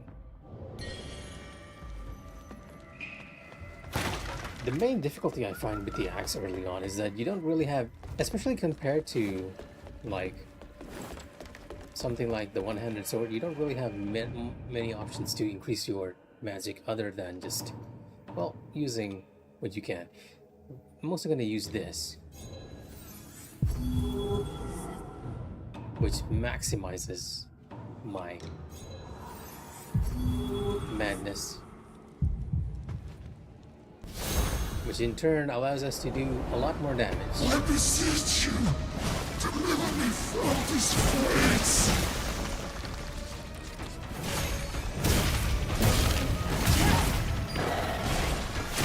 Oh, there's a double dodge.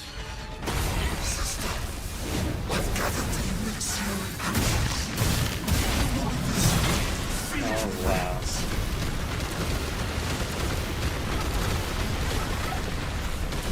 Poise break buildup, maximum madness. Really good. Surprisingly, you did not go inside. It was unexpected. There you go.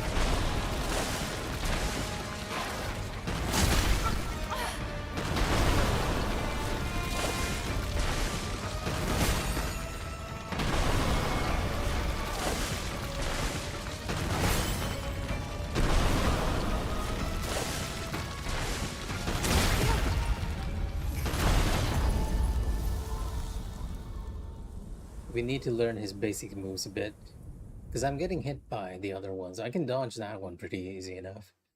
The tell for that is pretty simple. Like, you hear like two digging sound effects there.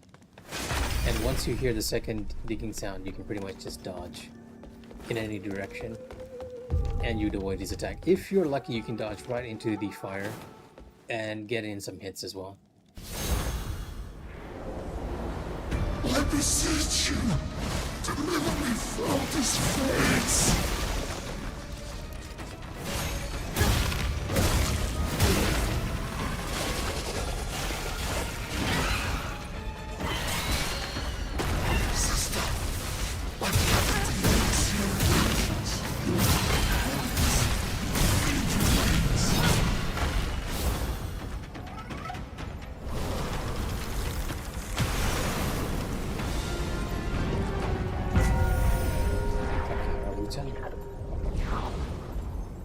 Taoist token, which gives us the Taoist token, letting us know what happens to the Taoist people here, and the believer statue. Honestly, we kind of skipped his entire phase thing. We didn't even need to dodge too much. That's how overpowered metagaming is in this game, right? If you think about the resistances and weaknesses of the bosses and build yourself appropriately, you're gonna take down any boss in this game way too easily. Checking the valuables we got. The believer statue. A mucus covered statue of someone in prayer. The great centipede's hunger is insatiable and devours all. Fortunately, this bronze statue is perfectly intact. Legends claim that the ancient people of Shu thrived in the region, and that they prostrated themselves before the gods in prayer for future posterity. And we get the Taoist token, a token shaped in the likeness of Shenwu Temple, engraved with the female Taoist name Qingyuan. Rumor holds that its possessor can summon divine generals and exorcise evil spirits. Yet, for reasons unknown, the token is shrouded in a powerful aura of malevolent energy. So, I'm guessing here, but we sort of saw a person on top of that centipede demon's head. It might be that Qing Yuan was that person, but he got like really corrupted. He or she, I can't tell if that's a male or female name, got like really corrupted. And I do believe we can give this to Huan Jian. Teleport. Oh no, we cannot. But you can tell the priest over at Reverend Temple about the fact that you found the underground passageway. Huan Jian should be slightly past Hill's Watch, so not too far, it's considered.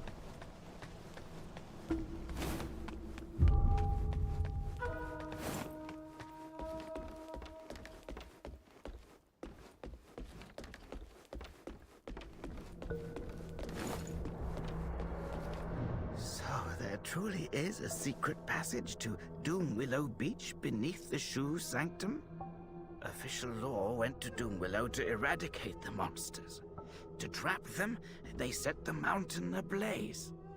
The townsfolk say that Doomwillow Beach was once a place for disposing of corpses, steeped in malevolence.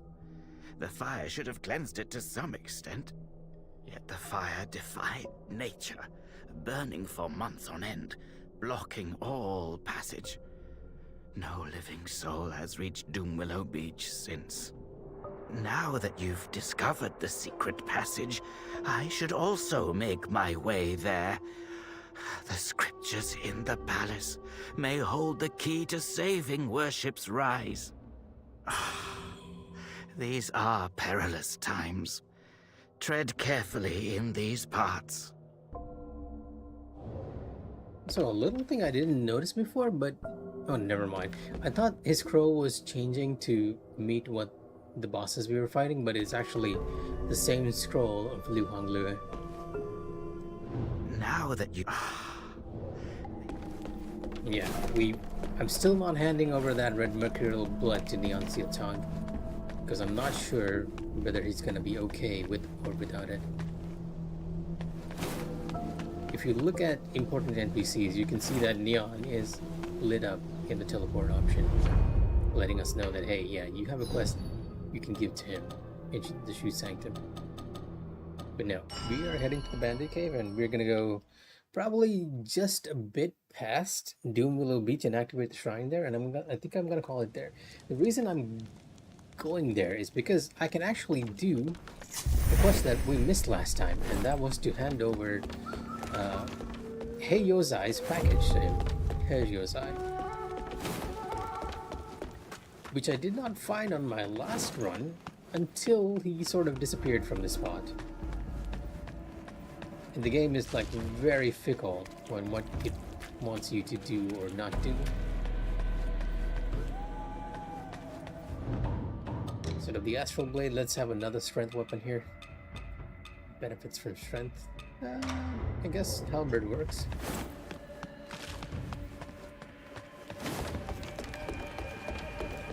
Oh, I sort of forgot that you have to explore this area before you can get to Doomwillow Beach. It's a small area, and a pretty important one too, because this path is blocked, but this is where we fought the Bowmagus.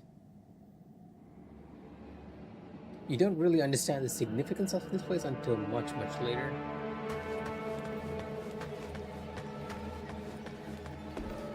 I'm again gonna change to the consort stuff because there's corruption all around us, and I'd rather just avoid getting corrupted. We can heal back up pretty easily, all things considered.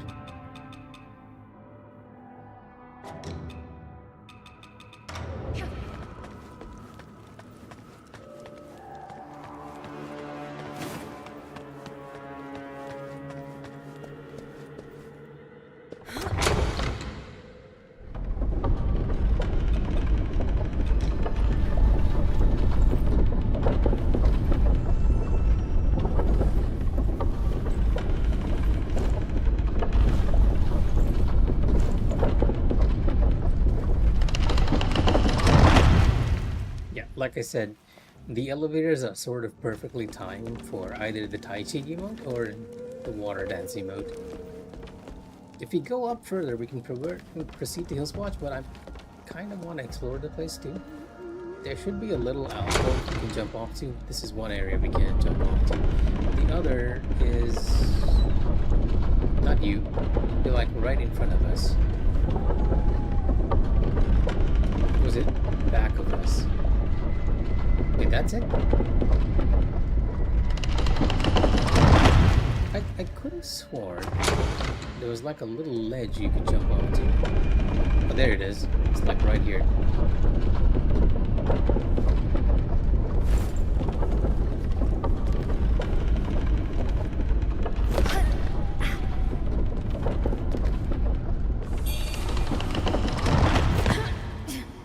And you kind of want to pick up all the purple items because they're upgrades. We don't need these base upgrades too much, but it would be nice when we finally have all these skill points we need to spec out on all the trees. Because at that point, Wu Chang will be more or less unstoppable. She's already kind of a force of nature, right?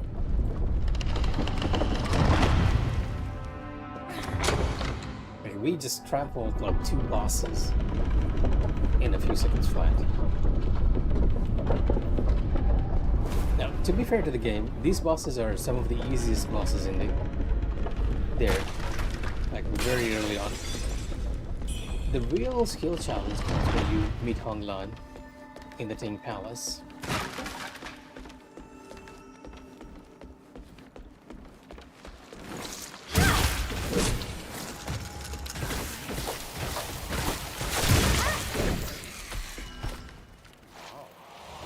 Just one-shotting everything over here.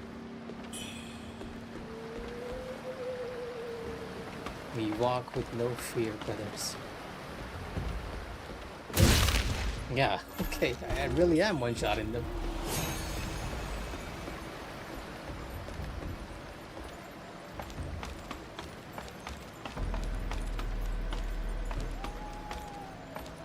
Such a different experience from your first run, right? For my first run, I was like so careful not to get corrupted, and also like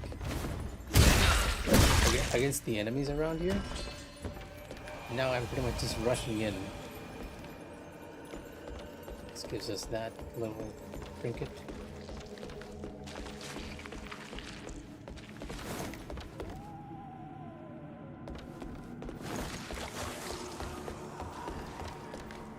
It's not like there was a second ladder here somewhere. I'm not seeing it.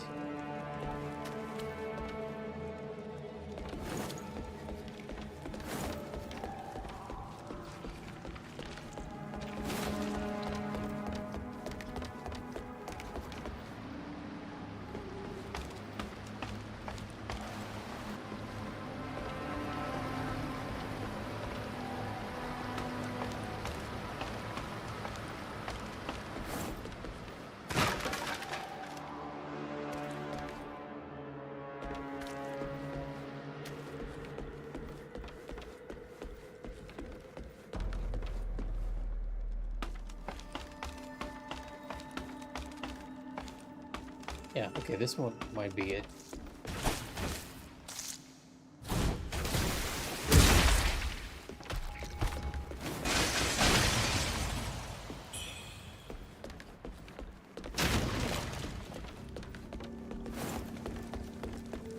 A little ambush first there. Or no ambush.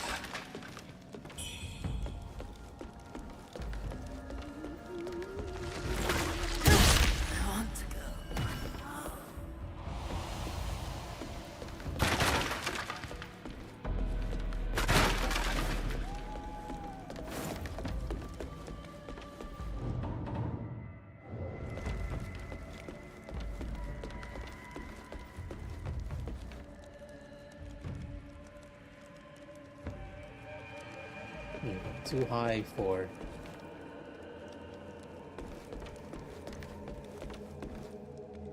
I might die if I jump from here, right? Can't even see the floor too much. Is there another path there? There is, but I feel like that's a little too high.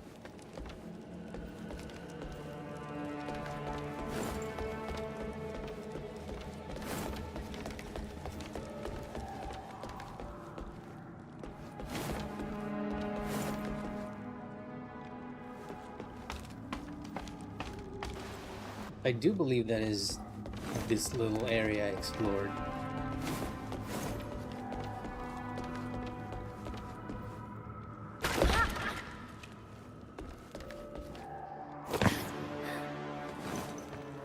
And we can come out on Hillswatch. Oh, is it Hillswatch or Doomwillow Beach? One or the other. I think it's Doomwillow Beach. And we will probably be coming right in front of Heiyu's Eye.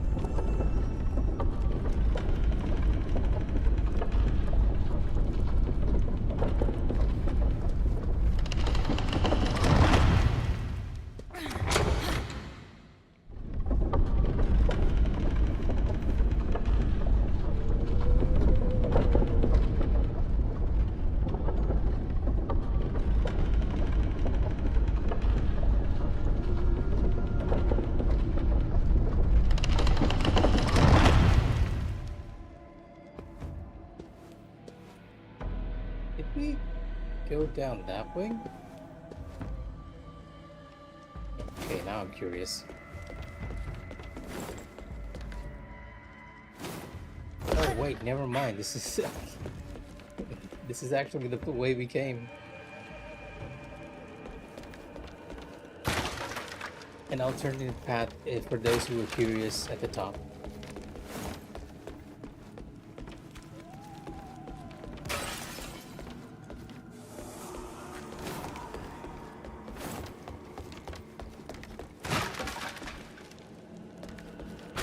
Feel a bit lost at the moment. Where's the ladder?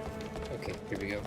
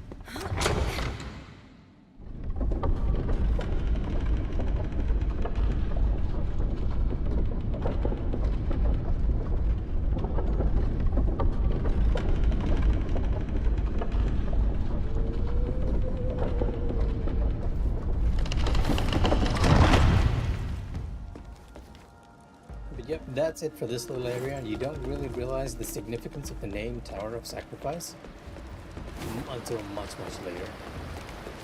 But it is a very important little divot. And yes, we are coming out in Willow Beach, and we're going to meet Heiyozai. I am curious as to what he gives. Picked up a broken totem here.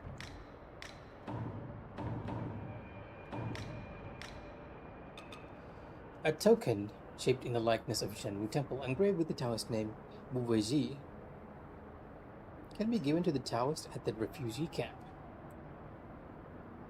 Oh, I don't think I gave this item either, but a part of the reason I wasn't able to give this item might be because I sort of sequence skipped. I went to the Avian Marsh afterwards, and the pinwheel's letting you know that, hey, Yozai is nearby. Wu Chang, you made it. How's the arm? No signs of worsening. Good. Here, take this medicine from the boatman. It supposedly suppresses the feathering. I tried it myself. It's safe. I traded it for a small knife I carried. Fair exchange. Nothing worth keeping anyway. Easily replaced at sea. Locals call this Willow Beach. They say that the corpses of those who fall to feathering are left here. Piles of corpses rotting on these shores. The trees themselves have mutated because of it. I had planned to cross here to reach the Tang Emperor's palace. If only I hadn't lost my pack. It contained quite a few useful things.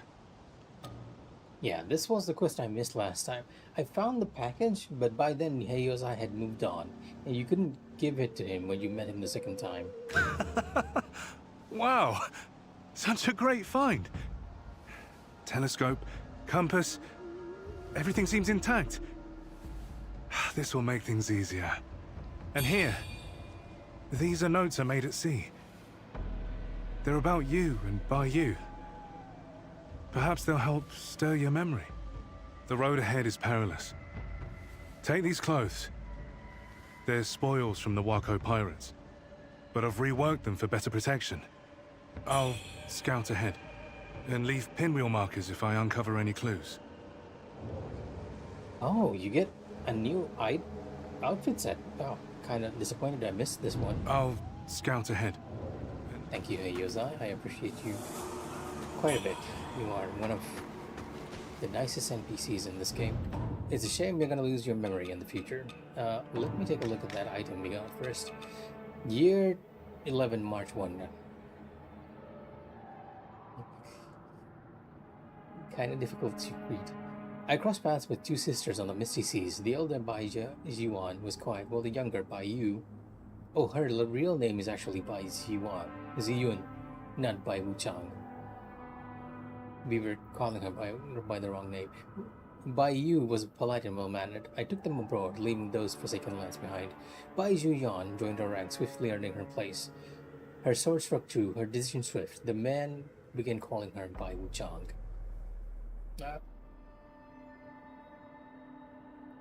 We chased with Li Jiao, Bai Yu fell. We clashed with Li Jiao. Who's Li Jiao? Li Jiao. Li Jiao. I feel like I know their name from somewhere, but I'm not entirely sure. Anyway, Wu Chang departed for her homeland, seeking a way to bring her sister back from the dead, leaving only a letter in her wake. A message arrived from Wu Chang. There is hope for Bai Yu's resurrection. Okay. So this sort of makes sense as to why she got the name Wu Chang, right? Like, Wu Chang is a reference to Chinese mythology. There's it's based on two gods of death, right? Bai Wu Chang, I believe, is named Impermanence in White, and then you have the black variant. So these two gods are more or less responsible for bringing spirits to the underworld to be set on trial, and both of them are like really kind according to the myths, with Bai Wu Chang, Impermanence in White, being like the polite one, and by I think it's Hei Wu Chang, or you know what, let me just confirm before I make any bad mistakes here. Wu Chang.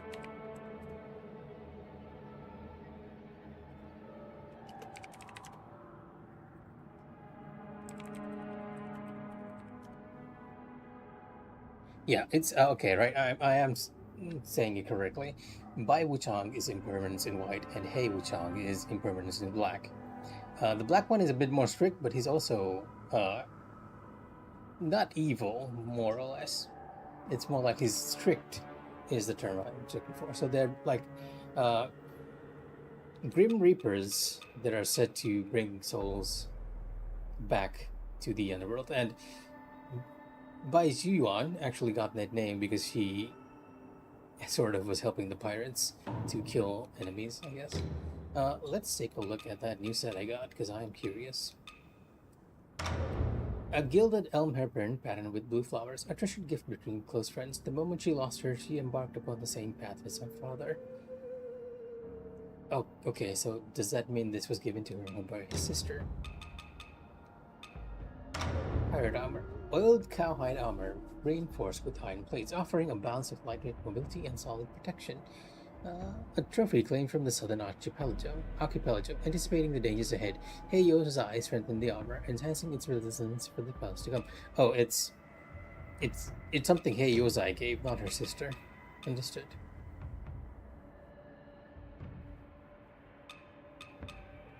It's alright.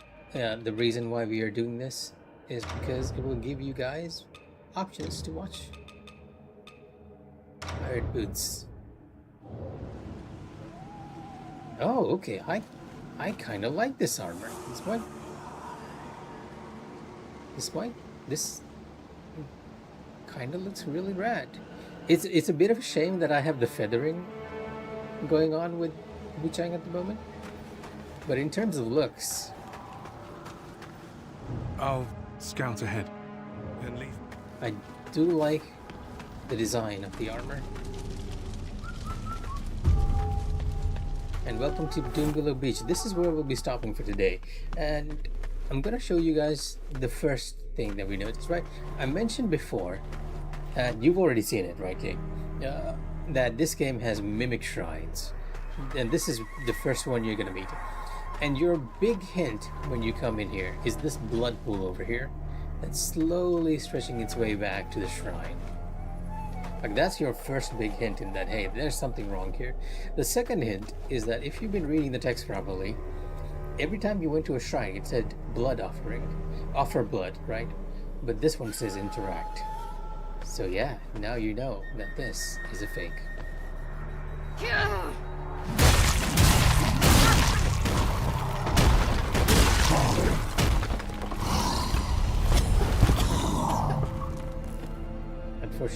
Fortunately, we are very strong at the moment, so it can't do much.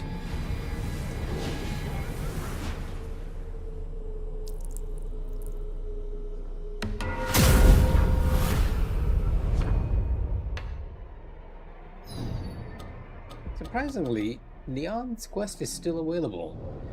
The game is kind of strict on when you can do quests. It likes to sort of prevent you from progressing if you went too far.